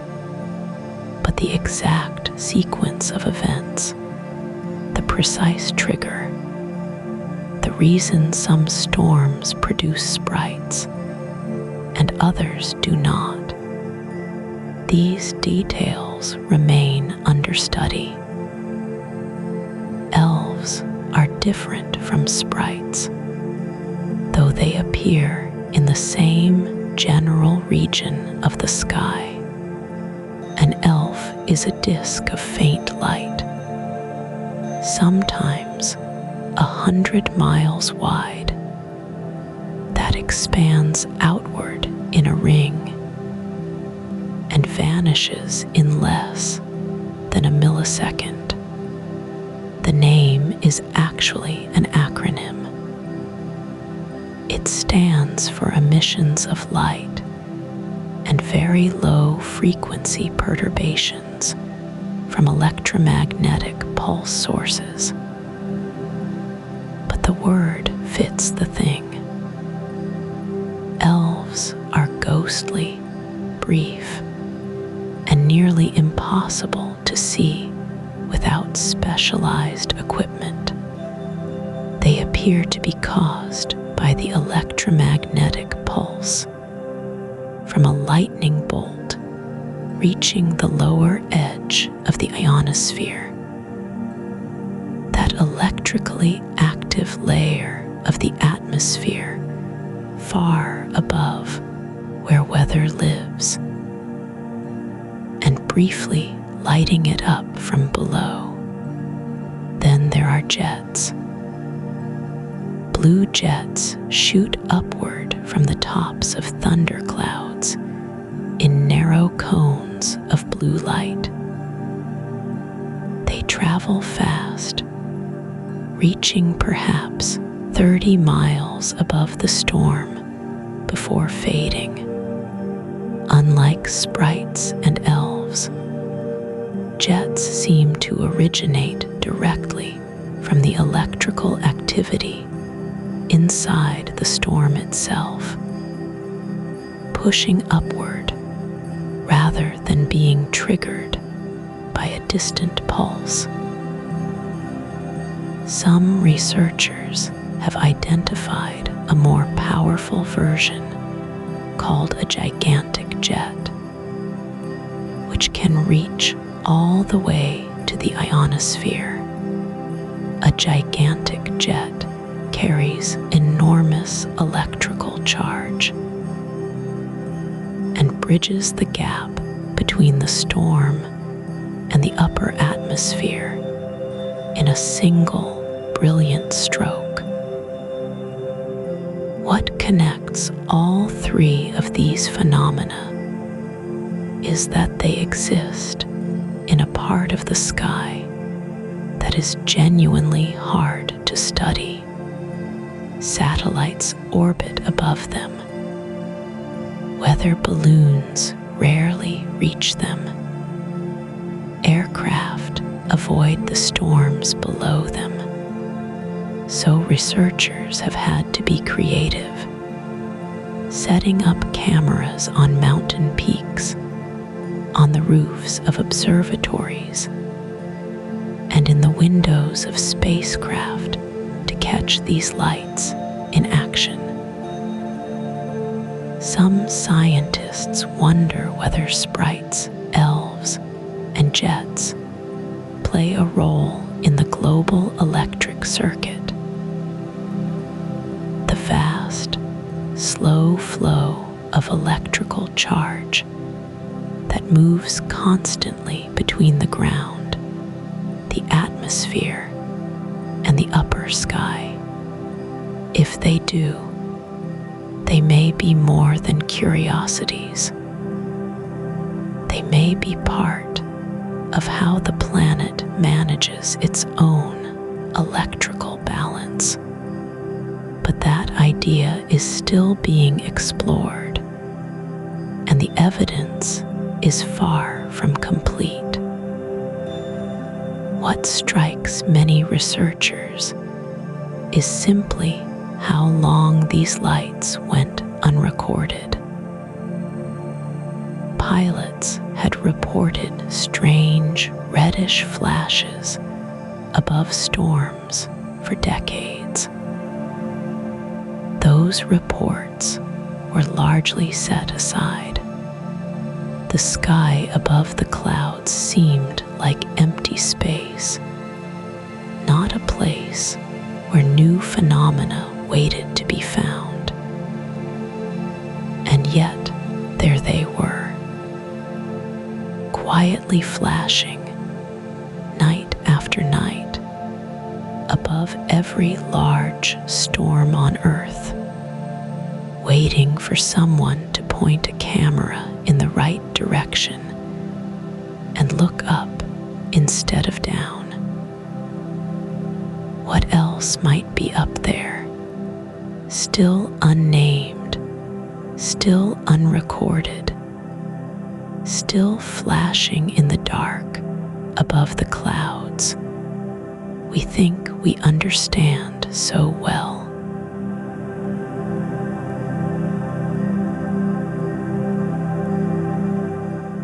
Long before anyone had a name for them, people noticed something strange happening near the ground just before or after an earthquake. A soft glow would rise from the earth. Sometimes it was pale white. Sometimes it was blue or orange. It would shimmer along a hillside or drift above a fault line. The long crack in the ground where two sections of the Earth's crust press against each other. Then the shaking would come, or the shaking would stop, and the light would be gone. These lights have been reported for a very long time. Ancient writers in Greece and China left accounts of glowing ground and luminous air near the sites of great earthquakes. For centuries, those accounts were mostly set aside. Scholars assumed the witnesses had been confused or frightened or simply mistaken. A glowing earth seemed too strange to take seriously. The idea sat quietly in old texts, largely ignored. Then, in the 1960s, something changed. A series of photographs taken in Japan began to circulate among researchers. The images showed pale, flickering light rising from the ground near the Matsushiro region, where a long sequence of small earthquakes was occurring. The photographs were studied carefully. Researchers could not find a simple explanation for what they showed. The lights were real enough to appear on film. That was harder to dismiss.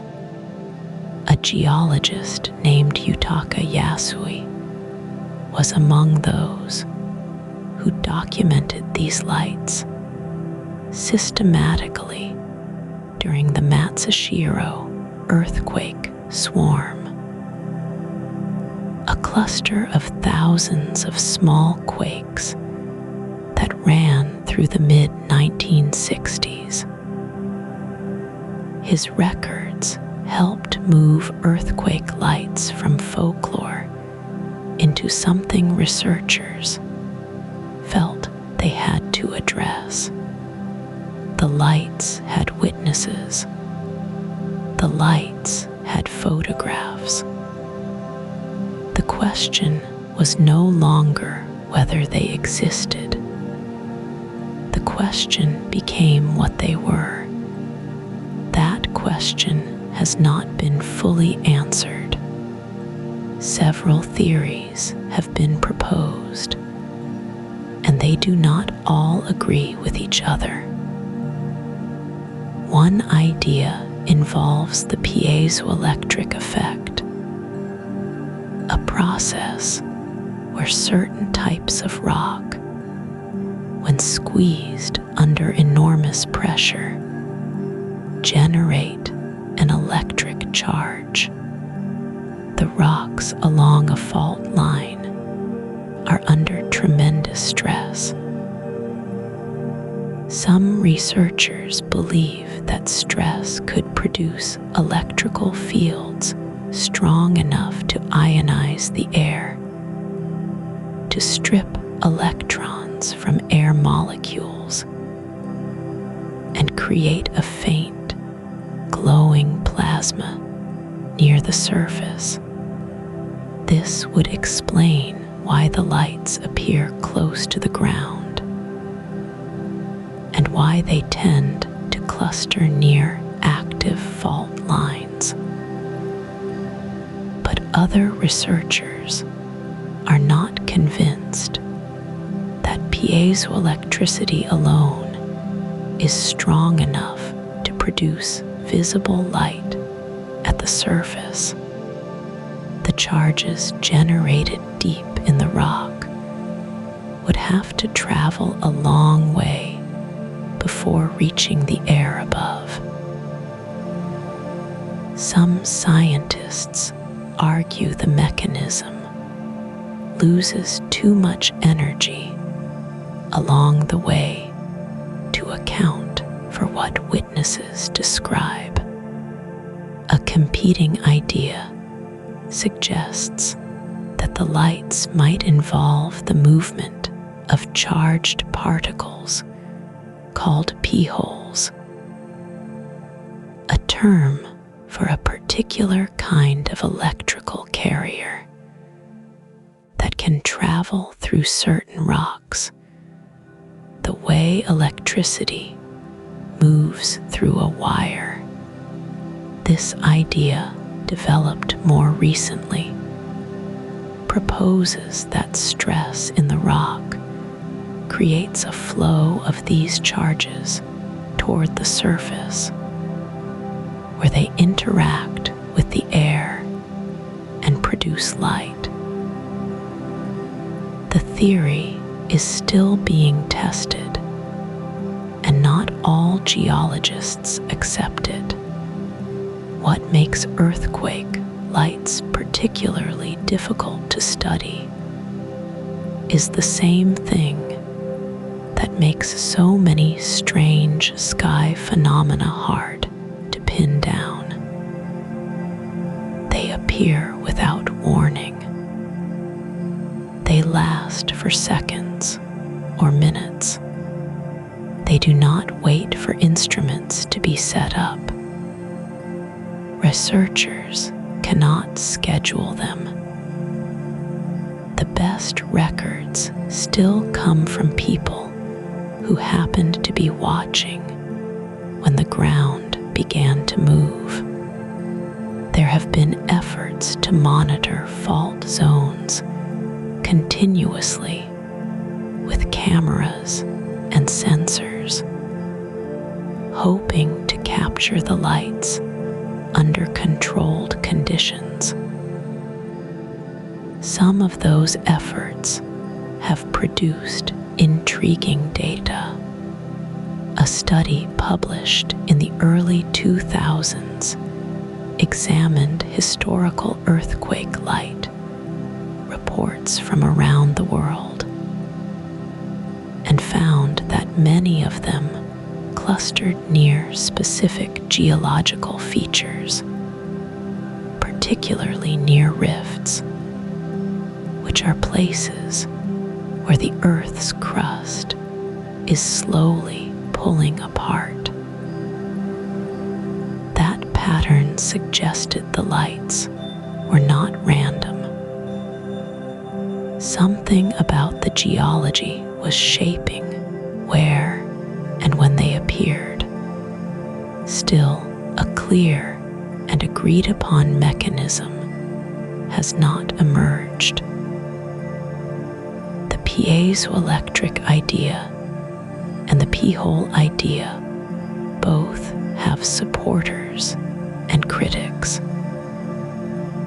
Some researchers think the answer may involve a combination of processes rather than a single cause.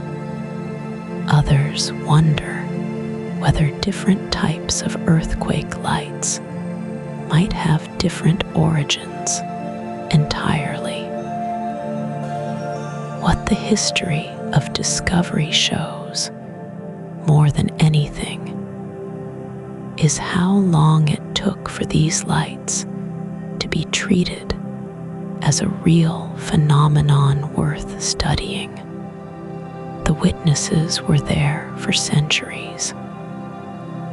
The lights were there.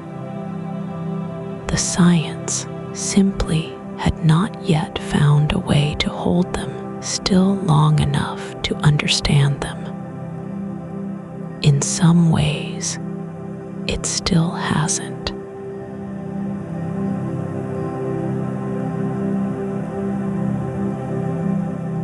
There is a light in the forest that has no fire behind it. It grows on old wood. It spreads slowly across fallen logs and rotting stumps.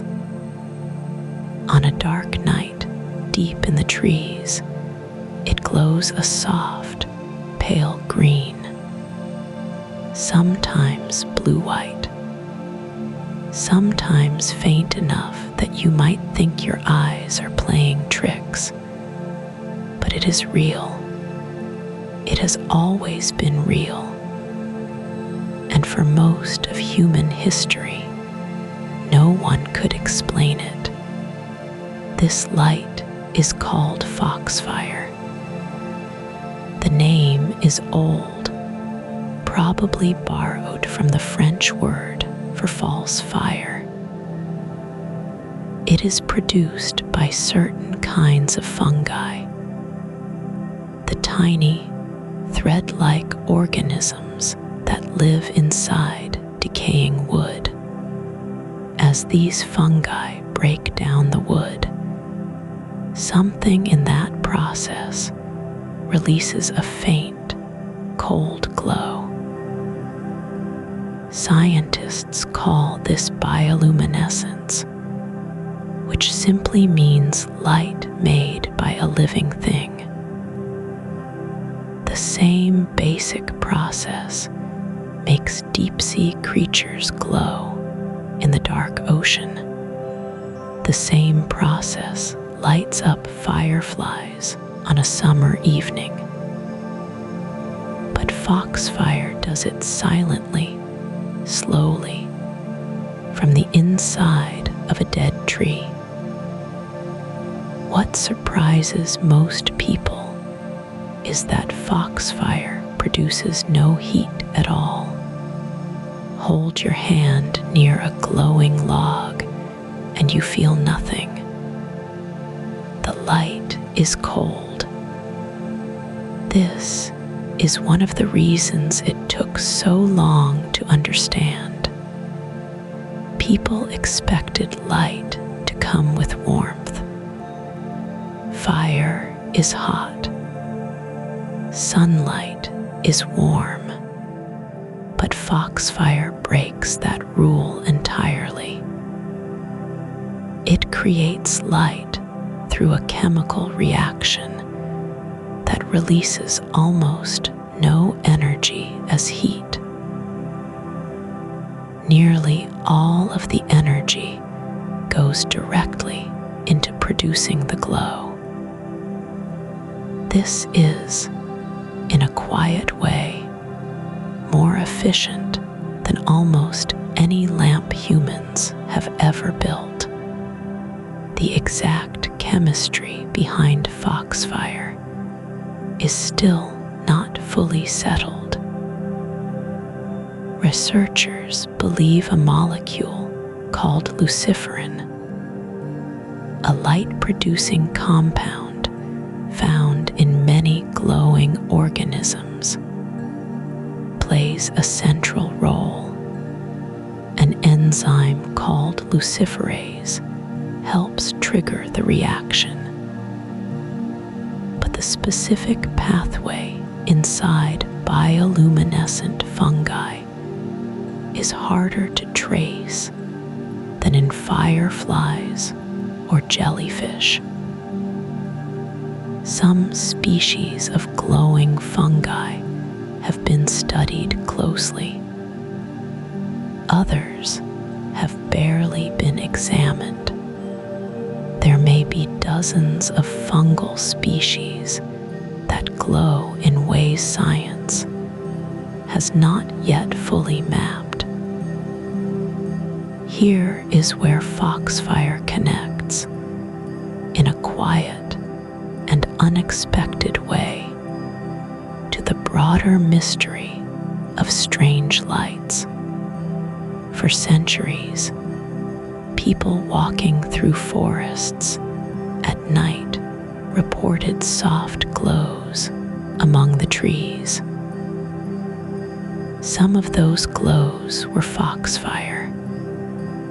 Some may have been something else entirely. The line between a biological light and an atmospheric one is not always easy to draw in the dark. Witnesses rarely carry instruments. They carry memory, and memory is imperfect. There is a detail that even scientists find genuinely strange. Some accounts describe Foxfire moving, not drifting on a breeze, but appearing to shift position in a way that rotting wood cannot explain.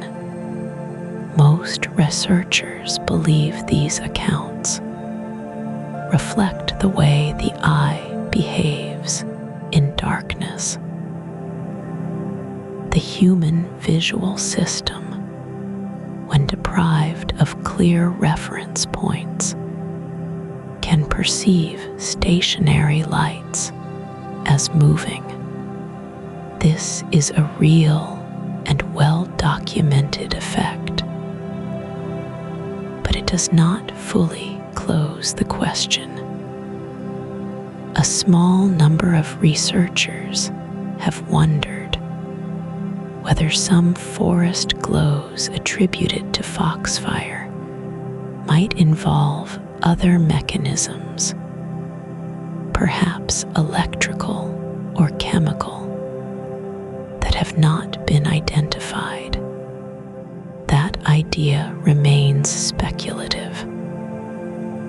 No strong evidence supports it yet.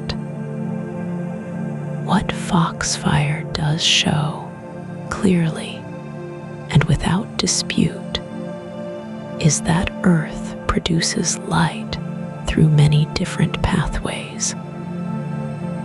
Not all of them involve electricity. Not all of them involve heat. Some of them involve life itself, quietly doing chemistry in the dark. This is the counterintuitive part. We tend to think of light as something dramatic, a flash, a flame, a bolt from the sky. But some of the most persistent, most reliable light on Earth comes from organisms so small you cannot see them without a lens. Miners once used Foxfire to see in tunnels when open flames were too dangerous. Soldiers in old wars reportedly used glowing wood to read maps at night without giving away their position. The light was dim. It was slow, but it was there, steady and cold, doing something that no lantern could do quite the same way. And still, after all of that history, after all of that use, the full picture of how and why certain fungi glow remains an open question. Some species glow only at certain temperatures. Some glow only when the wood reaches a particular stage of decay. The triggers are not entirely understood. The evolutionary reason why a fungus would spend energy making light at all is still debated. One idea is that the glow attracts insects that help spread spores. Another is that it is simply a byproduct of chemistry with no purpose at all. The forest keeps its light, and the reason behind it stays, for now, quietly unresolved.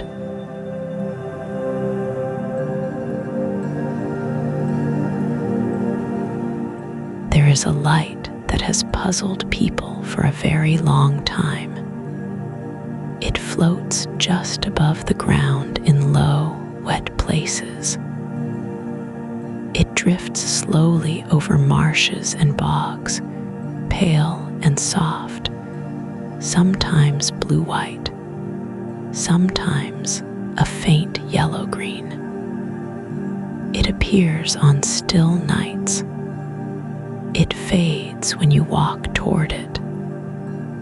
For centuries, people called it the will-o'-the-wisp, and they did not know what to make of it. The name itself is old and a little mysterious. Will was a common name, and wisp meant a small bundle of straw used as a torch.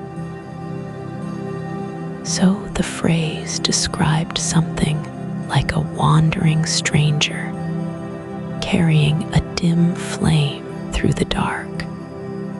Other names followed in other places and other languages. Ignis fatuus, the Latin phrase meaning foolish fire, was used by scholars who thought the light was an illusion that lured travelers off safe paths. In some parts of the world, it was called the corpse candle, or the hobby lantern, or the friar's lantern. Each name carried its own quiet story about something that could not quite be explained. The most widely accepted scientific explanation today involves gases. In marshy ground, organic matter, dead plants, fallen leaves, the slow decay of things breaks down without much oxygen. That process can release methane and phosphine, two gases that can, under certain conditions, ignite when they meet the open air. The glow in this theory comes from small, brief combustions just above the surface of the water or mud. The light drifts because the gas drifts. It fades and reappears because the release of gas is uneven, rising in small pockets rather than a steady stream. That explanation is tidy, but some researchers are not fully satisfied with it. Phosphine does ignite spontaneously in air, but producing enough of it to create a visible, sustained glow in the open night is harder to demonstrate than it sounds. Laboratory attempts to recreate the effect have not always produced something that looks like what witnesses describe. the light people report often seems more coherent, more rounded, more persistent than a simple gas flame would suggest. So the question stays open a little longer than the textbook answer implies. Here is where the connection to other strange lights becomes interesting. The will-o'-the-wisp shares several qualities with ball lightning and with the other glowing phenomena that have appeared throughout this episode. It is roughly spherical or oval. It moves slowly and without obvious cause. It appears in specific environments and not others. It resists easy capture on film. Witnesses across very different times and places describe it in remarkably similar terms, even when they had no way of knowing what others had seen. Some researchers wonder whether all of these lights, the marsh glow, the earthquake light, the foxfire in the forest, the strange orbs seen in valleys and over water, might share some underlying physical process. Not the same process in every case, perhaps, but a family of related mechanisms.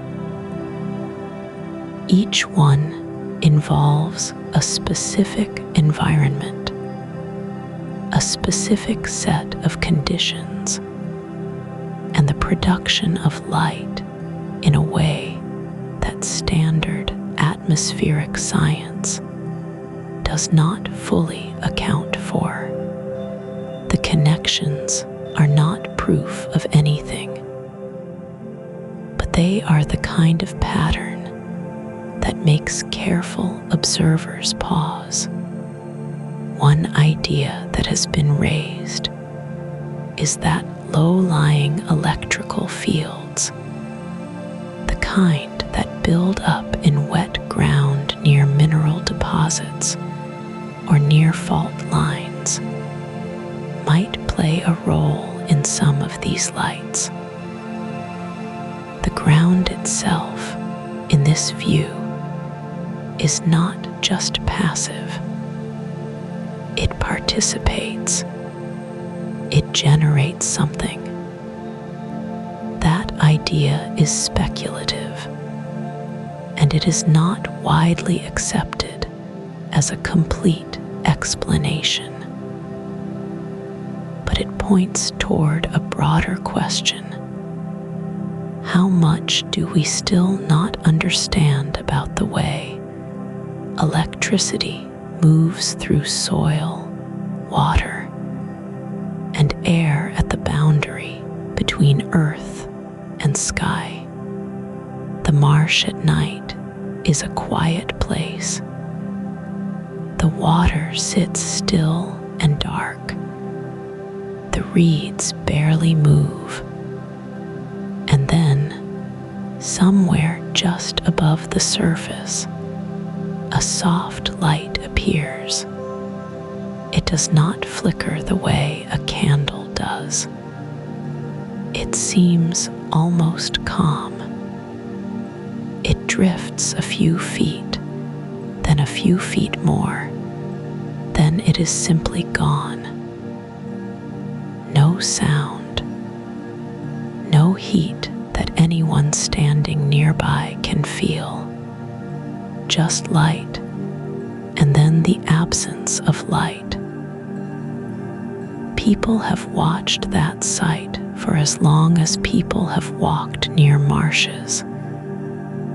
They have named it, feared it, studied it, and tried to explain it.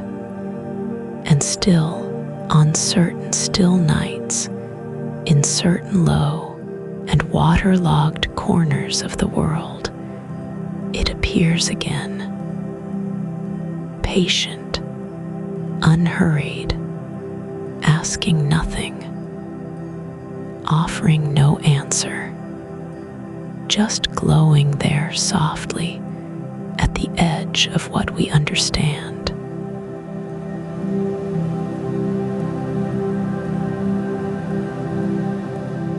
There is a valley in Norway where the lights have been coming for a very long time.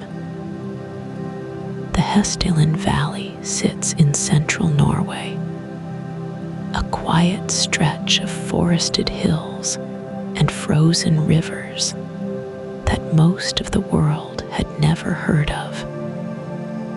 In winter, the sky there goes dark early.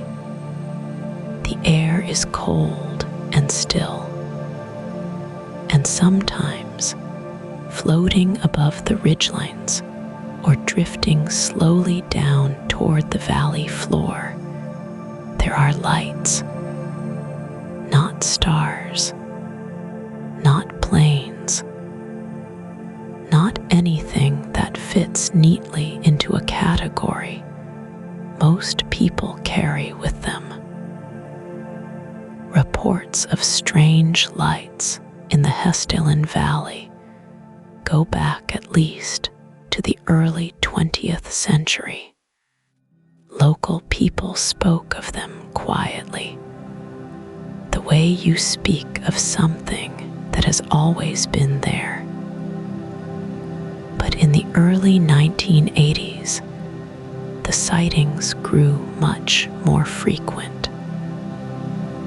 People described glowing objects hovering above the hills, sometimes white or yellow, sometimes a deep red.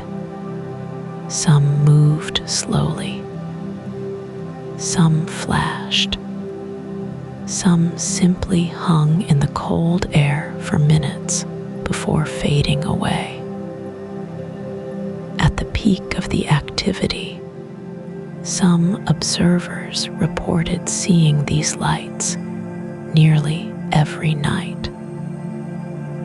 That frequency is part of what makes Hessdalen unusual.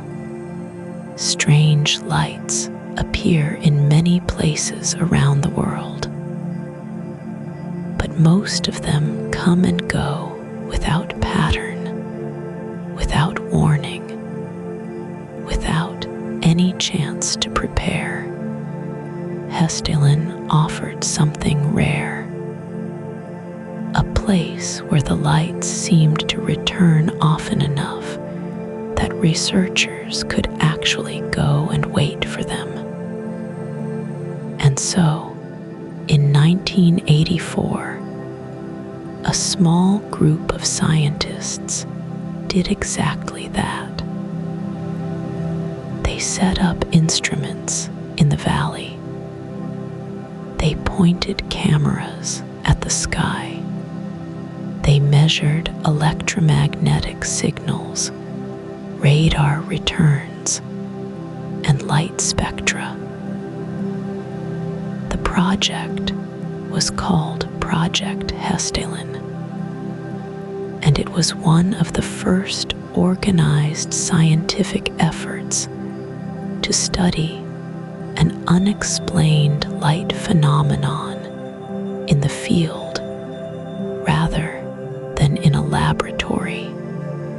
What they found was that the lights were real in a measurable sense. They showed up on radar. They registered on film. They were not simply a trick of tired eyes or wishful thinking, but what they were made of and why they appeared remained open. One idea that researchers have explored is that the valley's geology plays a role. Hessdalen area sits above rock formations that contain sulfur, copper, and other minerals.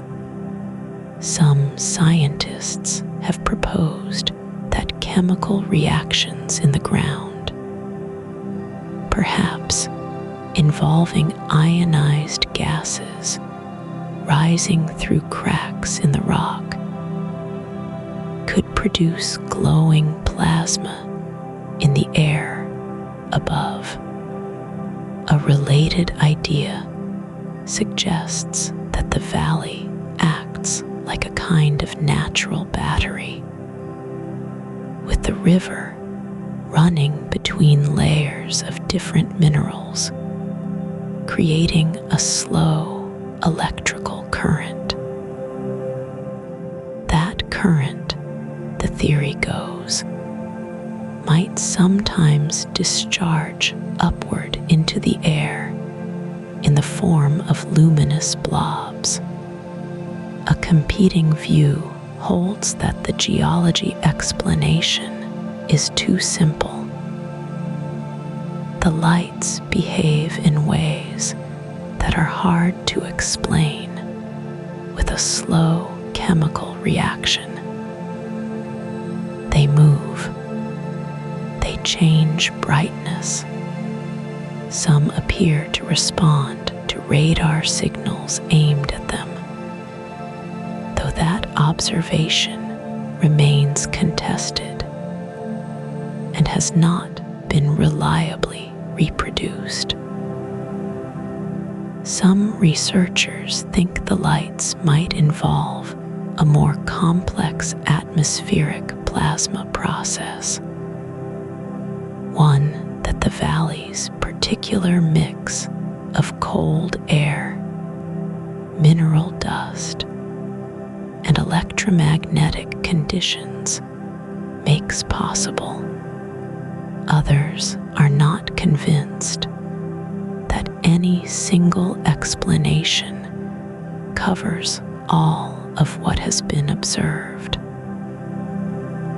What has changed over the decades is the quality of the data.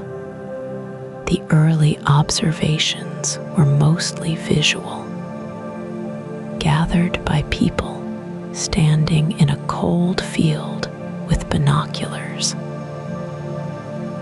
Later researchers brought better cameras, spectrometers that can break light into its component colors, and automated sensor stations that watch the valley even when no one is present.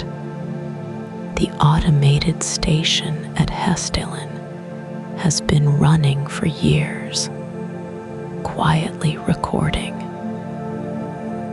It has captured many events. It has also raised new questions that the earlier, simpler observations could not have produced. One thing the long record shows is that the lights have become less frequent since their peak in the early 1980s. The valley is quieter now than it was then. Why that change happened is itself an open question. Some researchers wonder whether the geological or atmospheric conditions that produced the lights have slowly shifted.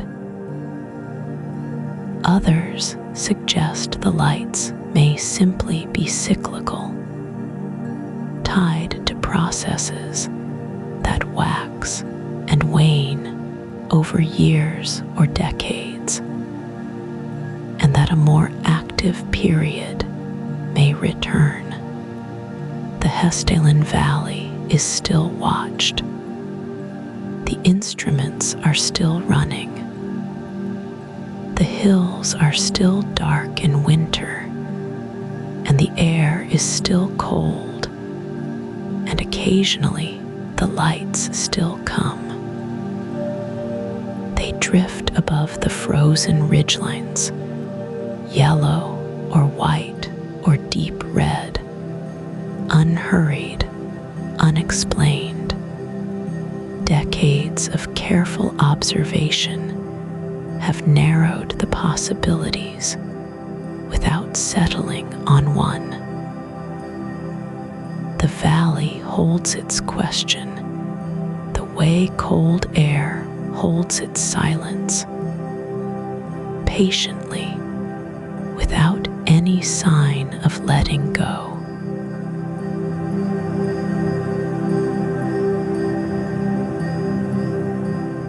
There are places on Earth where the mountains seem to breathe light.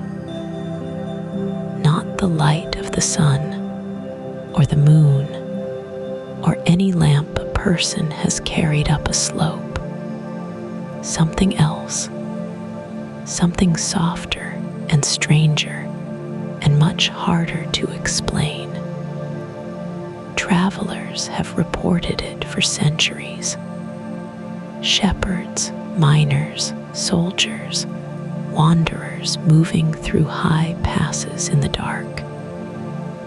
They describe a glow that rises from the ridgeline, or pools in a valley below, or drifts along the face of a cliff like something alive and curious. These are sometimes called mountain lights. And the question of what produces them is still genuinely open. One of the most studied examples sits in the Brown Mountain area of North Carolina. For well over 100 years, people have reported seeing soft, colored lights drifting above the ridge at night.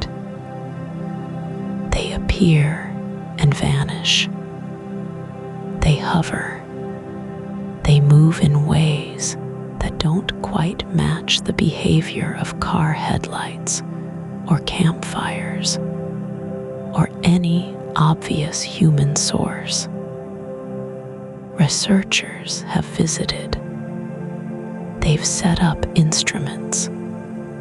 They've offered explanations, and the lights have continued to appear, indifferent to all of it. Some researchers believe these lights are a form of atmospheric reflection. The idea is that light from distant towns or roads bends as it passes through layers of air at different temperatures, a process called refraction. The air acts almost like a lens, bending light around the curve of the Earth and making a distant source appear to float above a ridge. This explanation works well for some sightings. It doesn't work as well for the older reports from times before electric lights or automobiles existed in the region. Others point to a different possibility. Some geologists have suggested that certain rock formations, particularly those rich in quartz or other piezoelectric minerals, might generate small electrical charges when they are compressed or shifted.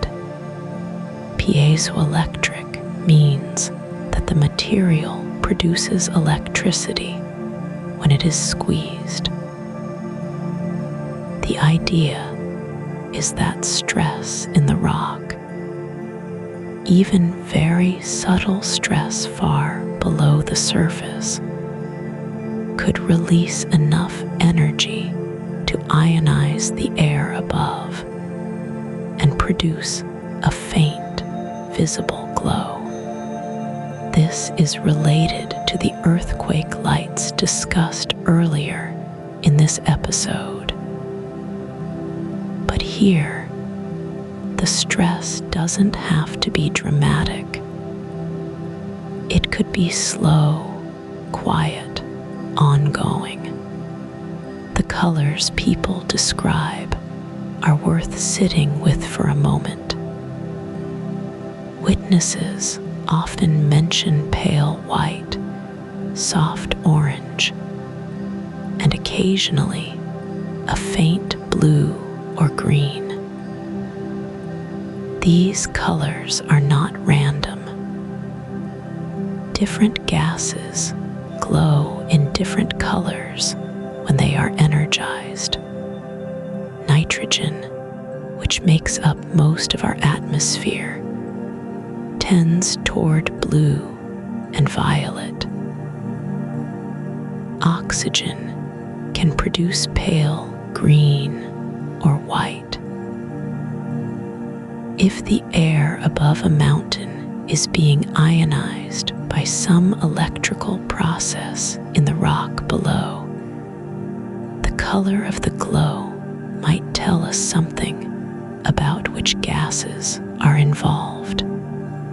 But measuring that from a distance, in the dark, with a light that appears and disappears unpredictably, is extremely difficult. Valley glows present a slightly different puzzle. In some low-lying areas, particularly near wetlands or river basins surrounded by hills, people describe a diffuse light that seems to fill the valley floor on certain nights. This is different from the sharp, moving points of light seen over ridges. It's more like a luminous haze, as if the ground itself were faintly lit from within. Some researchers connect this to biological sources, the kind of faint light produced by fungi or decaying organic matter, which we explored when talking about Foxfire. Others think it may be a form of chemiluminescence, where gases rising from the soil react with the air and release a small amount of light in the process. What makes both mountain lights and valley glows so difficult to study is their inconsistency. They don't appear on a schedule. They don't respond to instruments placed nearby. They seem to occur more often in certain weather conditions, particularly when the air is humid and the pressure is changing. But even that pattern isn't reliable. A team could spend weeks in a location and see nothing. Then, a lone traveler passing through on a single night might see something extraordinary. There's a quiet frustration in that. Science works best when a phenomenon can be repeated, observed under controlled conditions, and measured precisely. These lights resist all of that. They appear on their own terms, in their own time, and they leave behind almost nothing that a laboratory can analyze. yet they keep appearing. In mountains all over the world, in valleys that have no obvious source of artificial light, in places where people have been telling the same stories in different languages across many generations. The light is real. What it is and where it comes from remains one of the gentler puzzles the earth has kept for itself.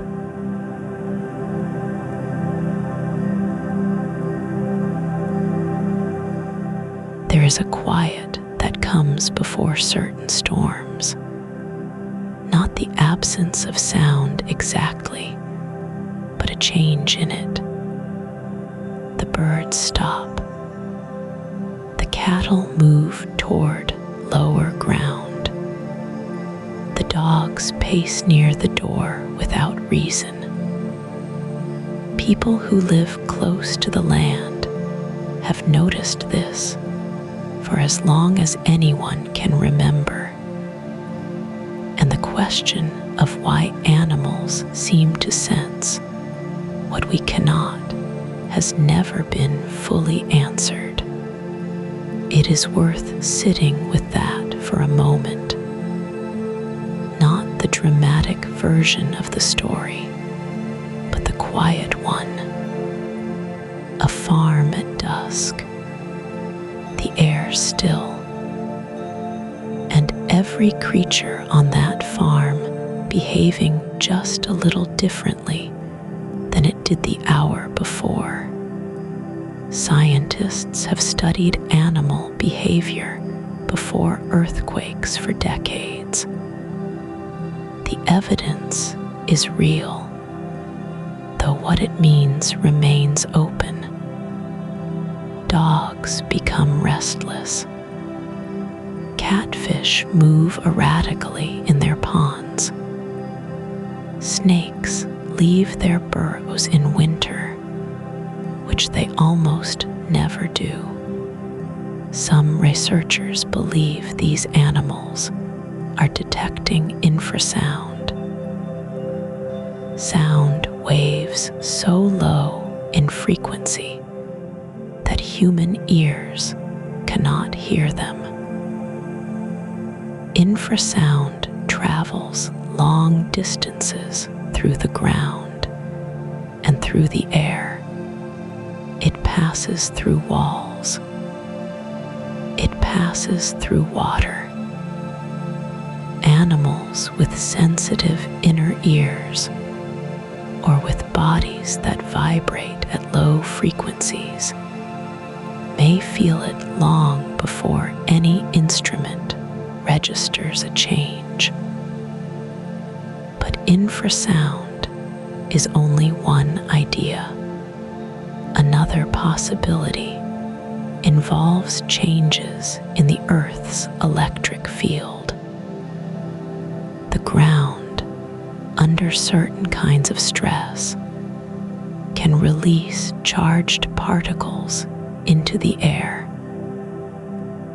Some researchers have proposed that animals sense this shift in electrical charge. A kind of tingling in the atmosphere that precedes both earthquakes and unusual electrical weather. The same conditions that might produce earthquake lights.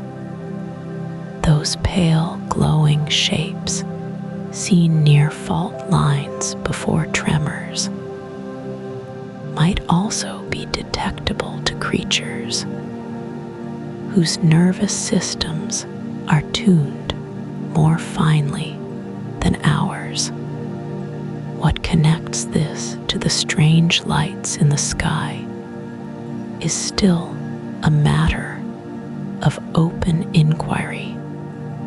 Some researchers who study ball lightning and other luminous phenomena have wondered whether the electrical conditions that produce glowing orbs also produce changes in the local environment that animals can detect. The air before a thunderstorm carries a particular charge. Hair stands up on the back of the neck. Metal tastes faintly on the tongue. If humans can sense that much, what might a dog sense, or a bird, or a fish living in a shallow lake? There are accounts, old and scattered, of animals behaving strangely before ball lightning was observed. These accounts are hard to verify. They come from letters, from diaries, from the margins of old weather logs. A farmer in a 19th century record noted that his horses refused to enter the barn on an evening when a glowing sphere was later seen drifting across the field. Whether the horses sensed something real, or whether the farmer simply remembered their behavior differently after the strange event, is impossible to know now. This is part of what makes the study of unusual sky phenomena so difficult. Memory is not a recording. When something strange happens, the mind reaches back and finds patterns that may or may not have been there. The dog that barked, the birds that flew south too early. These details feel meaningful after the fact. Whether they were meaningful before is a different question entirely. And yet the broader pattern holds up in more controlled settings. Researchers studying animals near active fault zones have documented behavioral changes in the hours before seismic events. The data is real, even if the explanation is not settled. Some scientists favor the infrasound theory. Others lean toward electromagnetic sensitivity. A few have proposed that animals detect changes in groundwater pressure or shifts in the concentration of certain gases released from stressed rock. The honest answer is that more than one of these mechanisms may be at work, and they may interact in ways that are not yet understood. What this means for ball lightning and other sky phenomena is still being worked out. If animals respond to the electrical and acoustic conditions that precede unusual atmospheric events, then they may be acting as natural sensors for processes that human instruments have not yet been designed to catch. A dog pacing at dusk might be responding to something real in the air, something low and slow and invisible to us. The sky changes before it shows us anything. The pressure shifts, the charge builds, the sound drops below what we can hear, and somewhere in that quiet, before the glow appears or the ground trembles, the animals already know that something is different. We are still learning what they know, and we are still learning how they know it.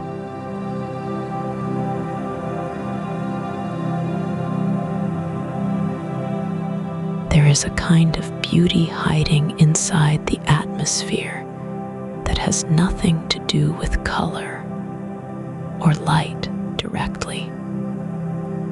It lives in the numbers, in the angles, in the quiet geometry that governs how light bends, scatters, and folds when it passes through air, water, and ice.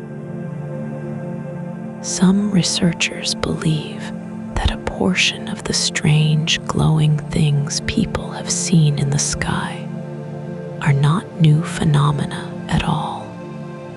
They may be old light, bent in unusual ways, arriving somewhere it was never expected to be.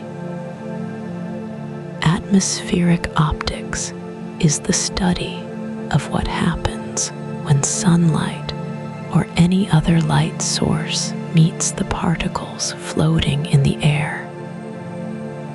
Water droplets, ice crystals, dust. Each one acts like a tiny lens or a tiny mirror. And when millions of these tiny lenses line up just right, the results can be startling. Halos appear around the sun. Arcs of color stretch across the sky. Bright spots called sun dogs. Patches of light that look almost like a second or third sun float beside the real one. These are not mysteries. The math behind them is well understood, but they remind us that the atmosphere is always bending light in ways we don't always expect. The question for researchers who study unexplained lights is whether that same bending might explain some of the things that are not yet understood. The Marsh Lights of West Texas, for example, have been studied carefully. One group of researchers proposed that some of the lights seen floating in the distance are actually the headlights of cars on a highway many miles away. The atmosphere, under certain temperature conditions, can bend light downward in a way that makes a distant source appear to float, drift, or even split into multiple glowing points. This effect is called a mirage, and it works not just horizontally, but at angles that can make lights seem to rise off the ground entirely. A mirage happens when layers of air at different temperatures sit on top of each other. Warm air near the surface bends light in one direction. Cool air above bends it in another. The light curves, and the eye always assumes light travels in a straight line, places the source somewhere it isn't. The object appears to be floating, or hovering, or moving, when in reality it is simply a distant, ordinary thing seen through a bent path. Some researchers think this explains a meaningful portion of the lights reported near flat, open terrain. But not everyone is satisfied with that answer. The geometry works for some sightings and not for others. Witnesses sometimes describe lights that move in ways no distant car or fixed source could account for. They describe lights that respond to each other, that split and rejoin, that appear in places where no road exists for many miles. The mirage explanation is elegant. It is also incomplete. There is another optical effect worth sitting with quietly. It is called a glory, and it appears when light bounces back through water droplets toward the source it came from. Pilots sometimes see it as a bright ring of light surrounding the shadow of their aircraft on a cloud below. Hikers on foggy mountains see it as a halo around their own shadow on the mist. The mathematics of the glory are precise. The angle of the backscattered light depends on the exact size of the water droplets involved. Researchers can calculate what size droplet produces what ring. The numbers are clean and repeatable. What is less clean is whether effects like this could, under unusual conditions, produce something that looks like a floating sphere of light near the ground. Some researchers think it is possible in theory. Others point out that the conditions required would be so specific, so narrow, that the chance of it happening in a way that matches ball lightning accounts seems very small. The math allows it. Whether nature actually arranges itself that way is a different question. What all of this points toward is something worth holding gently as you rest. The atmosphere is not a simple thing. It is full of layers and angles and surfaces that light can bounce between in ways that surprise even careful observers. Some of what people see in the sky may be ordinary light doing extraordinary geometry. Some of it may be something else entirely. The numbers can describe both possibilities. They cannot yet choose between them.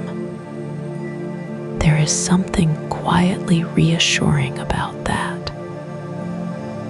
The same equations that predict a rainbow to the nearest degree also leave room for things we haven't fully explained.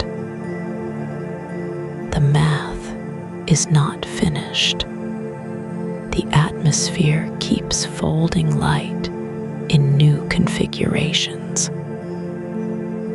And somewhere out there, on a still night over flat ground, a light is floating that someone is watching, wondering what it is, and the numbers are still thinking it over.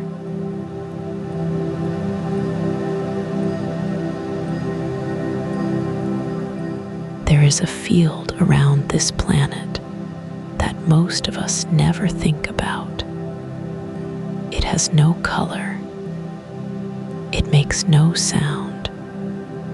You cannot feel it on your skin, and yet it is always there, pressing gently down from the sky to the ground beneath your feet, steady and quiet, like a breath held for a very long time. This is the global atmospheric electric field, and without it, the strange lights we have been talking about all evening might not exist at all. The basic shape of this field is simple enough to picture.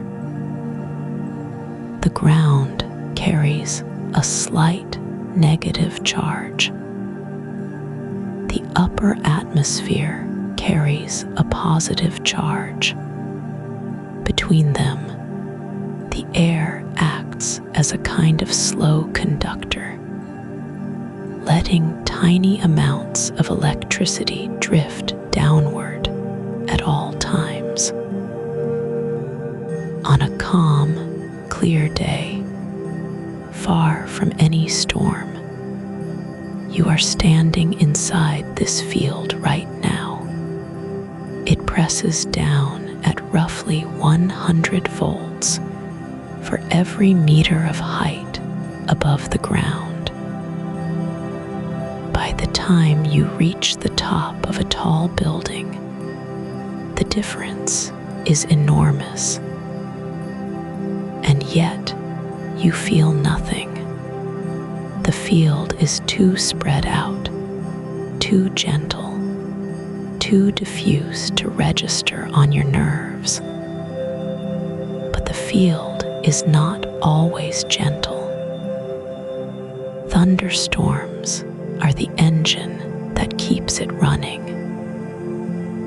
At any given moment, there are roughly 2,000 thunderstorms active somewhere on Earth. Each one pumps charge into the upper atmosphere, keeping the whole system alive. Without those storms, researchers believe the field would drain away in less than an hour. The storms are not just weather events. They are, in a sense, the heartbeat of the planet's electric life. This is where the mystery deepens. If the global electric field depends on storms, and if strange lights like ball lightning and the Hessdalen Lights and earthquake lights all seem to involve electricity in some way, then the question naturally arises. Are these phenomena connected to the same system? Some researchers think so. They wonder whether unusual concentrations of the electric field caused by local geology, or whether patterns or stress in the rock below might create the conditions for glowing spheres and drifting lights. The field in this view is not just a background feature. It is an active ingredient. Other researchers are more cautious. They point out that the global electric field is extremely weak at ground level. 100 volts per meter sounds large, but the air resists the flow of electricity so effectively that the actual current moving through you at any moment is far too small to measure without instruments. For the field to produce visible light, something else would need to concentrate it, focus it, amplify it.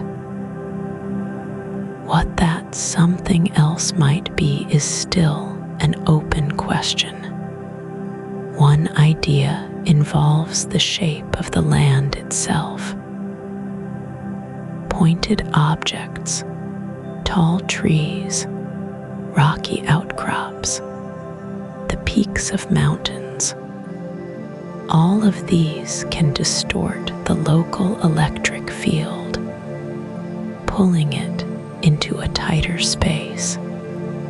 Some researchers wonder whether certain valleys or ridgelines act like natural antennas, gathering the diffuse field and bending it into something more intense. The Hessdalen Valley in Norway, where lights have been seen for decades, sits between ridges of rock that contain unusual mineral deposits.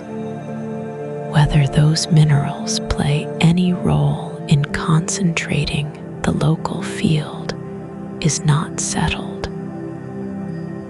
It is a hypothesis, not a conclusion. The fragility of this whole system is what makes it so remarkable to sit with. The electric field exists because the atmosphere is thin enough to let sunlight in, but thick enough to hold charge. It exists because the ground is made of the materials it is made of. It exists because liquid water covers most of the surface, and water conducts electricity in ways that dry rock does not. Change any one of those things, and the field might look entirely different. The storms that power it might not form. The strange lights that seem to depend on it might never appear. There is something quietly astonishing about that. The same conditions that make rain possible, that make soil fertile, that let rivers run to the sea, also maintain this invisible electric skin around the planet, and somewhere inside that skin, under conditions that no one has fully mapped, glowing spheres drift through rooms, and lights hover over marshes and valleys glow without any obvious source.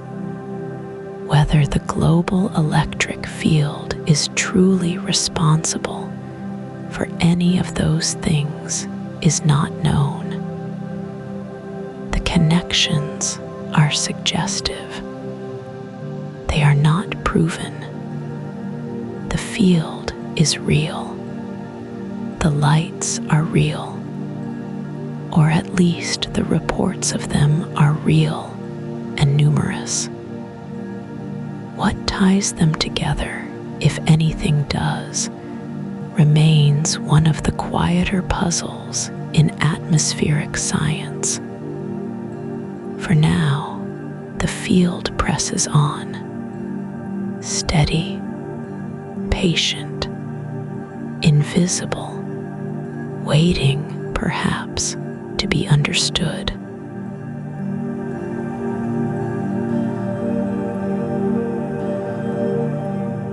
Long before anyone had a word for ball lightning, people were watching the sky and writing down what they saw. They carved it into stone. They painted it on cave walls. They described it in careful, serious language in books that have survived for thousands of years. And what they recorded again and again were lights that moved on their own, glowed without fire, and vanished without explanation. The ancient Chinese kept some of the most detailed sky records in the world. For more than 2,000 years, court astronomers were required to log unusual events in the heavens. Among the entries about comets and eclipses, there are descriptions of glowing spheres that drifted slowly through the air, sometimes passing through walls, sometimes hovering over water before disappearing. These records are not myths. They were official documents written by people whose job was to observe carefully and report honestly whether those spheres were ball lightning or something else entirely. No one can say for certain. Ancient Roman writers described similar things. Pliny the Elder, a Roman scholar who lived roughly 2,000 years ago, wrote about stars that seemed to fall to earth and then float just above the ground. He called them by different names, depending on their shape and color. Some of his descriptions match what modern witnesses say about ball lightning almost exactly. A glowing orb, the size of a fist or larger, drifting slowly, giving off a faint warmth, then gone. Pliny didn't know what caused these lights. He simply wrote what people reported, and he took it seriously. Medieval European manuscripts are full of similar accounts. Monks writing in monasteries across England, France, and Germany described luminous balls entering churches during storms. Some accounts say the lights rolled along the floor. Others say they passed through closed windows without breaking the glass. These descriptions were not written as folklore or legend. They were written as records of real events that the authors had witnessed or heard about from people they trusted. The question of what those people actually saw remains genuinely open. What's striking is that these accounts come from cultures that had no contact with each other. People in Japan, in India, in the Americas, in Scandinavia, all left behind descriptions of strange lights that behave in ways ordinary fire does not. Some researchers find this pattern meaningful. If so many different peoples, in so many different places, described something so similar, perhaps they were all observing the same real phenomenon. That's one possibility. Another possibility is more cautious. Human beings are very good at pattern recognition, and we tend to describe unusual things using the frameworks we already have. A bright, moving light in the sky might be described differently by a Roman scholar, a medieval monk, and a farmer in ancient Japan. But the description might still reflect the same basic human tendency to notice and remember unusual things. The similarity between ancient accounts might tell us more about how human memory works than about what was actually in the sky. That question, too, remains open. Some researchers have tried to match ancient records to specific known phenomena. A few of the descriptions in old Chinese texts line up well with what we now call earthquake lights. Those pale glows that sometimes appear near fault lines before or during a tremor. Others seem to match scent.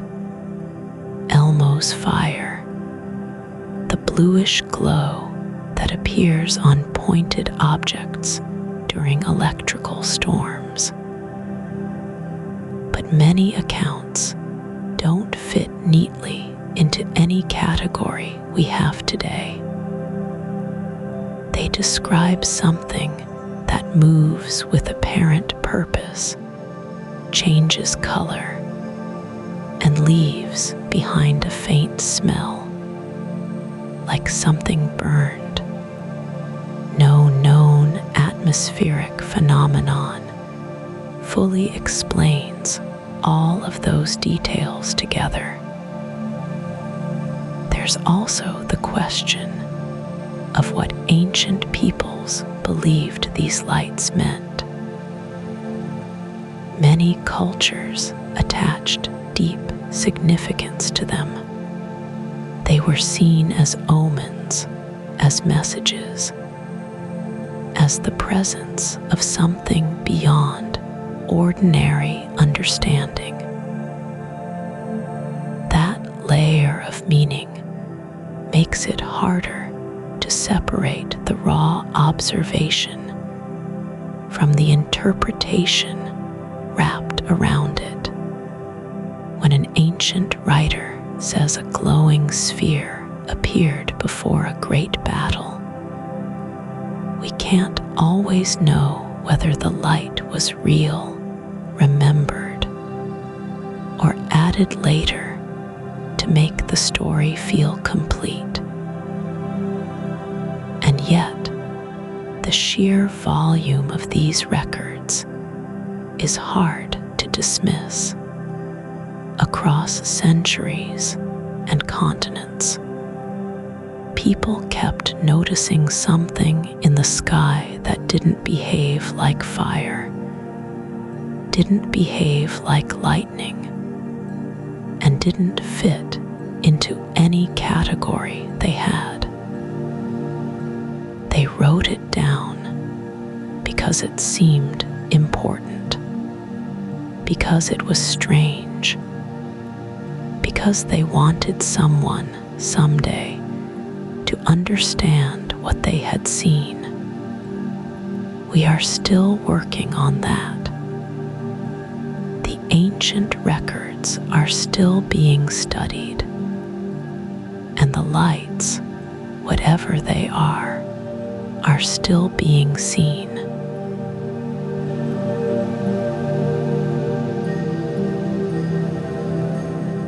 There is a particular kind of frustration that comes with studying the sky. It is not the frustration of a locked door, where you know something is behind it and simply cannot get through. It is quieter than that. It is the frustration of a door that appears and disappears on its own schedule, in its own time, without asking permission. Ball lightning does this. The Hessdalen Lights do this. The strange glows above marshes and along mountain ridges do this. They arrive when no one is ready. They vanish before the instruments are in place. And the sky, as always, offers no explanation. This is what researchers sometimes call the problem of the unreliable witness.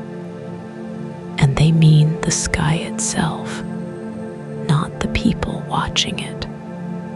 The sky is not a controlled environment. It cannot be scheduled. A scientist can set up cameras along a valley floor and wait for weeks, and nothing will appear. Then, on a quiet Tuesday when the equipment is being serviced, something will drift slowly across the ridge and dissolve into the dark. The record will be incomplete. The data will have a gap right where the answer might have been. Some researchers have tried to solve this by building the phenomenon in a laboratory. Plasma blobs, small, glowing spheres of ionized gas, have been created under controlled conditions.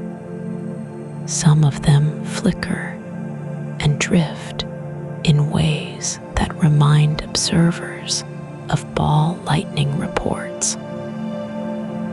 But they last for fractions of a second. They require enormous energy to produce, and they behave differently than the long-lasting, room-temperature spheres that witnesses describe floating through windows and hovering over fields. The laboratory version and the natural version, if they are even the same thing, do not yet match.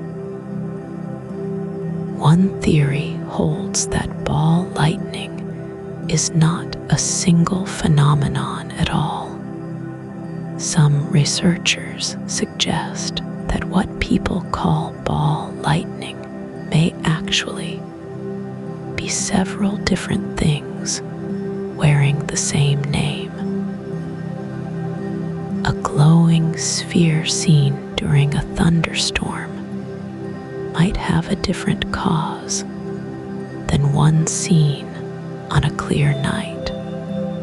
The lights over water might be chemically different from the lights above fault lines before an earthquake. If this is true, then searching for one unified explanation may be the wrong approach entirely. The sky may be offering many different answers to what looks like one question. Others push back on this. They argue that the consistency of witness reports across centuries and continents suggests something real and singular is happening. People who have never read a scientific paper and people who have spent their lives in laboratories describe the same basic thing. A sphere of light, roughly the size of a grapefruit or a melon, that moves slowly, passes through solid objects, or simply disappears, and leaves behind a faint smell of something burned. That consistency, they say, points toward a single cause waiting to be found. The challenge is that the sky does not care about either argument.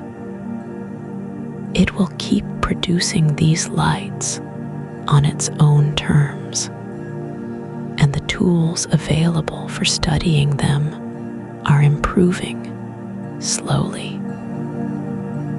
Networks of cameras now watch certain valleys continuously.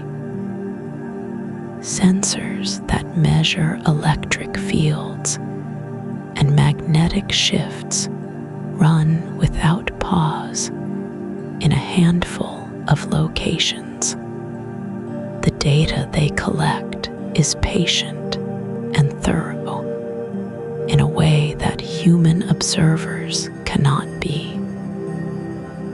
But even with better tools, the sky has a way of surprising the people who study it. New phenomena are still being described. Sprites, those vast red flashes above thunderstorms, were only confirmed by instruments in the late 20th century, even though pilots had reported seeing them for decades before that. What else might be waiting above the clouds? Too brief or too faint or too rare for current instruments to catch? The honest answer is that no one knows, and that is not a failure of science. It is simply where the work stands right now. The sky is large. The phenomena are rare. The moments of observation are fleeting. And the gap between what is seen and what is understood remains wide. There is something almost peaceful about that gap if you let yourself sit with it. The sky has been producing these lights for as long as there have been storms and mountains and marshes and people looking up. It will keep producing them long after the current generation of researchers has finished their work and handed the question to the next. The lights do not need to be understood in order to appear. They rise and drift and vanish on their own quiet schedule. And somewhere tonight, in a valley or above a still lake or along the edge of a storm.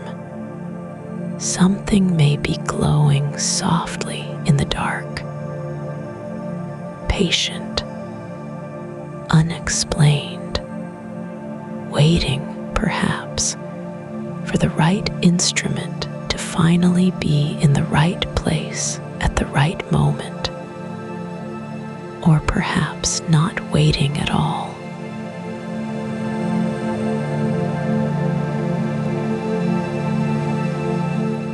There is a quiet kind of hope that lives inside an unsolved question. It is not the hope of finding a quick answer. It is something slower than that. It is the hope that the question itself will lead somewhere surprising, somewhere no one thought to look before. That is where the study of strange sky lights sits right now. Not at the end of a road, somewhere closer to the beginning. For most of recorded history, people who saw ball lightning or glowing marsh lights or silent spheres drifting through a storm had no way to share what they witnessed beyond telling the person next to them. The account might be written down. It might be passed along, but it could not be measured, compared, or tested. Each sighting lived alone, like a single word with no sentence around it. That is changing. Slowly, but it is changing. Sensors are becoming smaller and cheaper every year. A researcher today can place dozens of instruments across a hillside in Norway or a valley in Texas and leave them running for months. They can record electric fields, magnetic shifts, air pressure, temperature, and light across a wide range of wavelengths, all at once, all without anyone needing to stand in the dark and wait. Some of these arrays are already running. The data they gather is still being sorted through. What it will eventually show, no one is certain yet. There is also the matter of cameras. For most of the 20th century, capturing a photograph of something like ball lightning required extraordinary luck. The phenomenon appears without warning, lasts only seconds, and often occurs in conditions where no camera is ready. But now cameras are everywhere. They sit on dashboards, on doorways, on the outside of aircraft, on weather stations perched on remote peaks. The odds of an accidental recording have grown enormously. A handful of possible captures already exist, though researchers debate whether each one shows what it appears to show. More will come. The question is whether the images will be clear enough and detailed enough to settle anything. Laboratory work continues as well. Scientists in several countries have produced small glowing plasma structures, balls of ionized gas that briefly hold their shape before fading. Some of these bear a passing resemblance to what witnesses describe, but resemblance is not identity. A soap bubble and a pearl look similar from a distance. Up close, they are entirely different things. The challenge is not just making something that glows in a sphere. It is understanding whether the mechanism that makes it glow is the same one operating in the open sky. That question remains open. One of the more intriguing possibilities is that ball lightning and other strange lights are not all the same phenomenon wearing different names. They may be several distinct things that happen to share a shape. A glowing sphere over a Norwegian valley might form through a completely different process than a glowing sphere inside an aircraft cabin during a thunderstorm.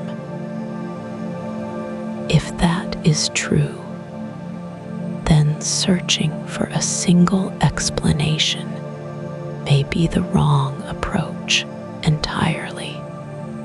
Some researchers now suspect the category of unexplained sky lights is too broad, that it bundles together phenomena that only look alike on the surface. Separating them out, giving each its own careful study, might be the more productive path.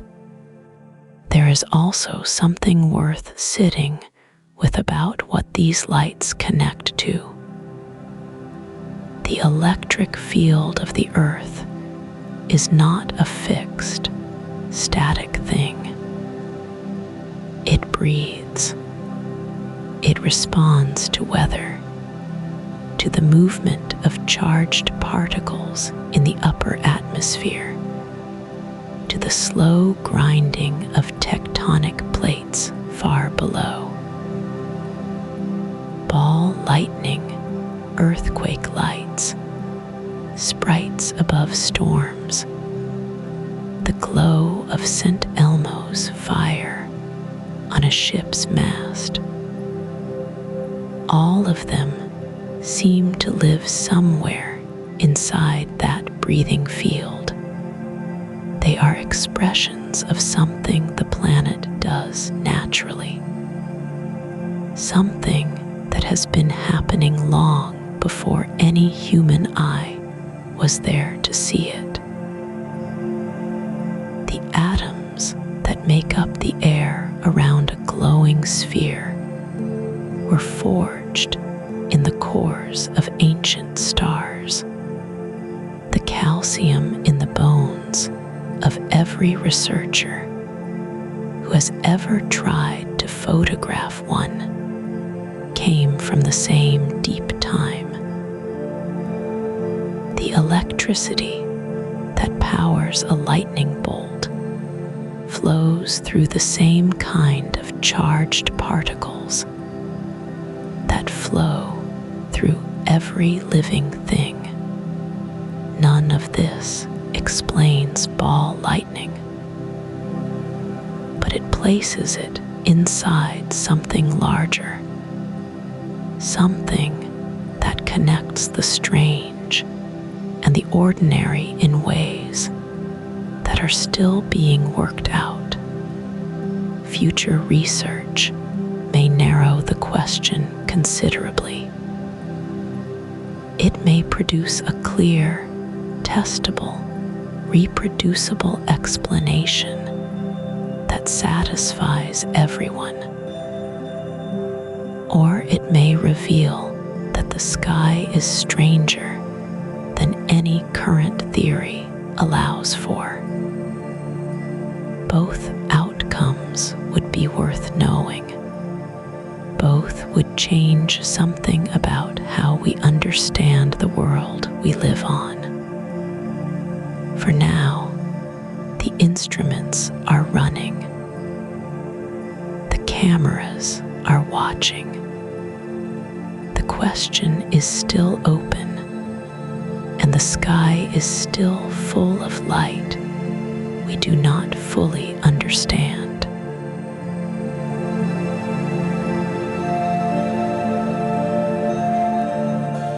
And so we come to rest. We have spent this long, quiet evening together, moving through a world that glows in ways we do not fully understand. We have sat with the mystery of a floating sphere of light that appears without warning and vanishes just as cleanly. We have listened to the old accounts, the careful records, the modern theories that reach toward an answer and fall just short. We have wandered through Norwegian valleys and Australian plains, across stormy seas and quiet marshes, and looked up at the sky above the clouds, where red sprites bloom in silence. None of it is settled. That is the honest truth. The sky holds things we cannot yet explain. The earth below it holds things we cannot yet explain. And somewhere in that gap between what we observe and what we understand, there is a kind of quiet wonder that asks nothing of you except that you notice it. So let's rest here for a moment. Picture the planet as it is right now, in this very hour. It is spinning slowly, the way it always has. On the side facing away from the sun, darkness has settled over the oceans and the mountains and the wide, flat plains. The air is still in some places and moving gently in others.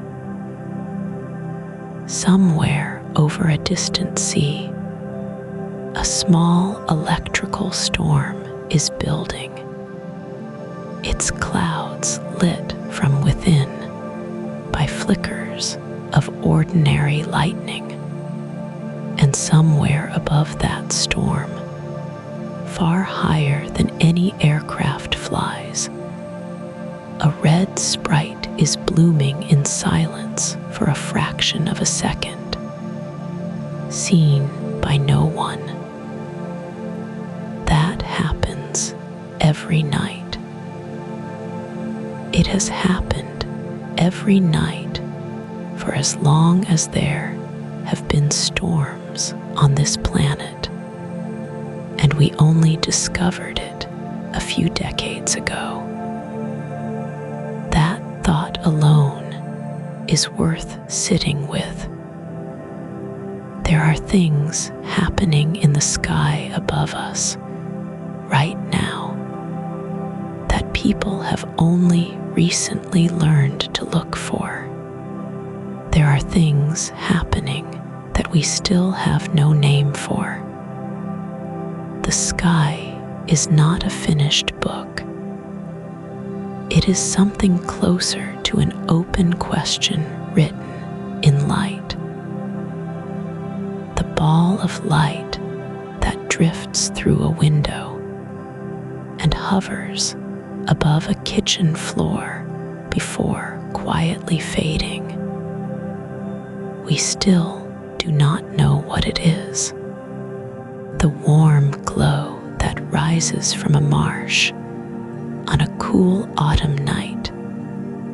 We have ideas, but no certainty. The slow, steady lights that appear in the Hessdalen Valley on a winter evening, drifting without sound above the snow. They are still being watched, still being measured, still resisting a clean answer. This is not a failure of science. It is a sign of how large the world is. There is something deeply calming about that, if you let it be. The planet is older than we can truly imagine. It has been making light in strange ways for billions of years. It will keep doing so long after any of us are here to wonder about it. The mystery does not need us to solve it tonight. It will wait. Right now, the ocean is resting under moonlight somewhere. The water is dark and slow and very deep. The moon's reflection stretches across the surface in a long, pale line. Nothing is urgent. Nothing is asking for your attention. The mountains are standing in the dark the way they always do, patient and enormous, their peaks dusted with snow that catches the faint light of distant stars. The forests are quiet. The marshes are still. The valleys are full of cool air, and the soft sounds of small creatures going about their small lives. You are part of this planet. You are made of the same materials as the mountains and the ocean floor and the old stone that holds the records of ancient storms. You are held by the same gravity that keeps the atmosphere pressed gently against the surface of the earth. You are, in the most literal sense, at home here. The questions we have explored tonight will still be here tomorrow.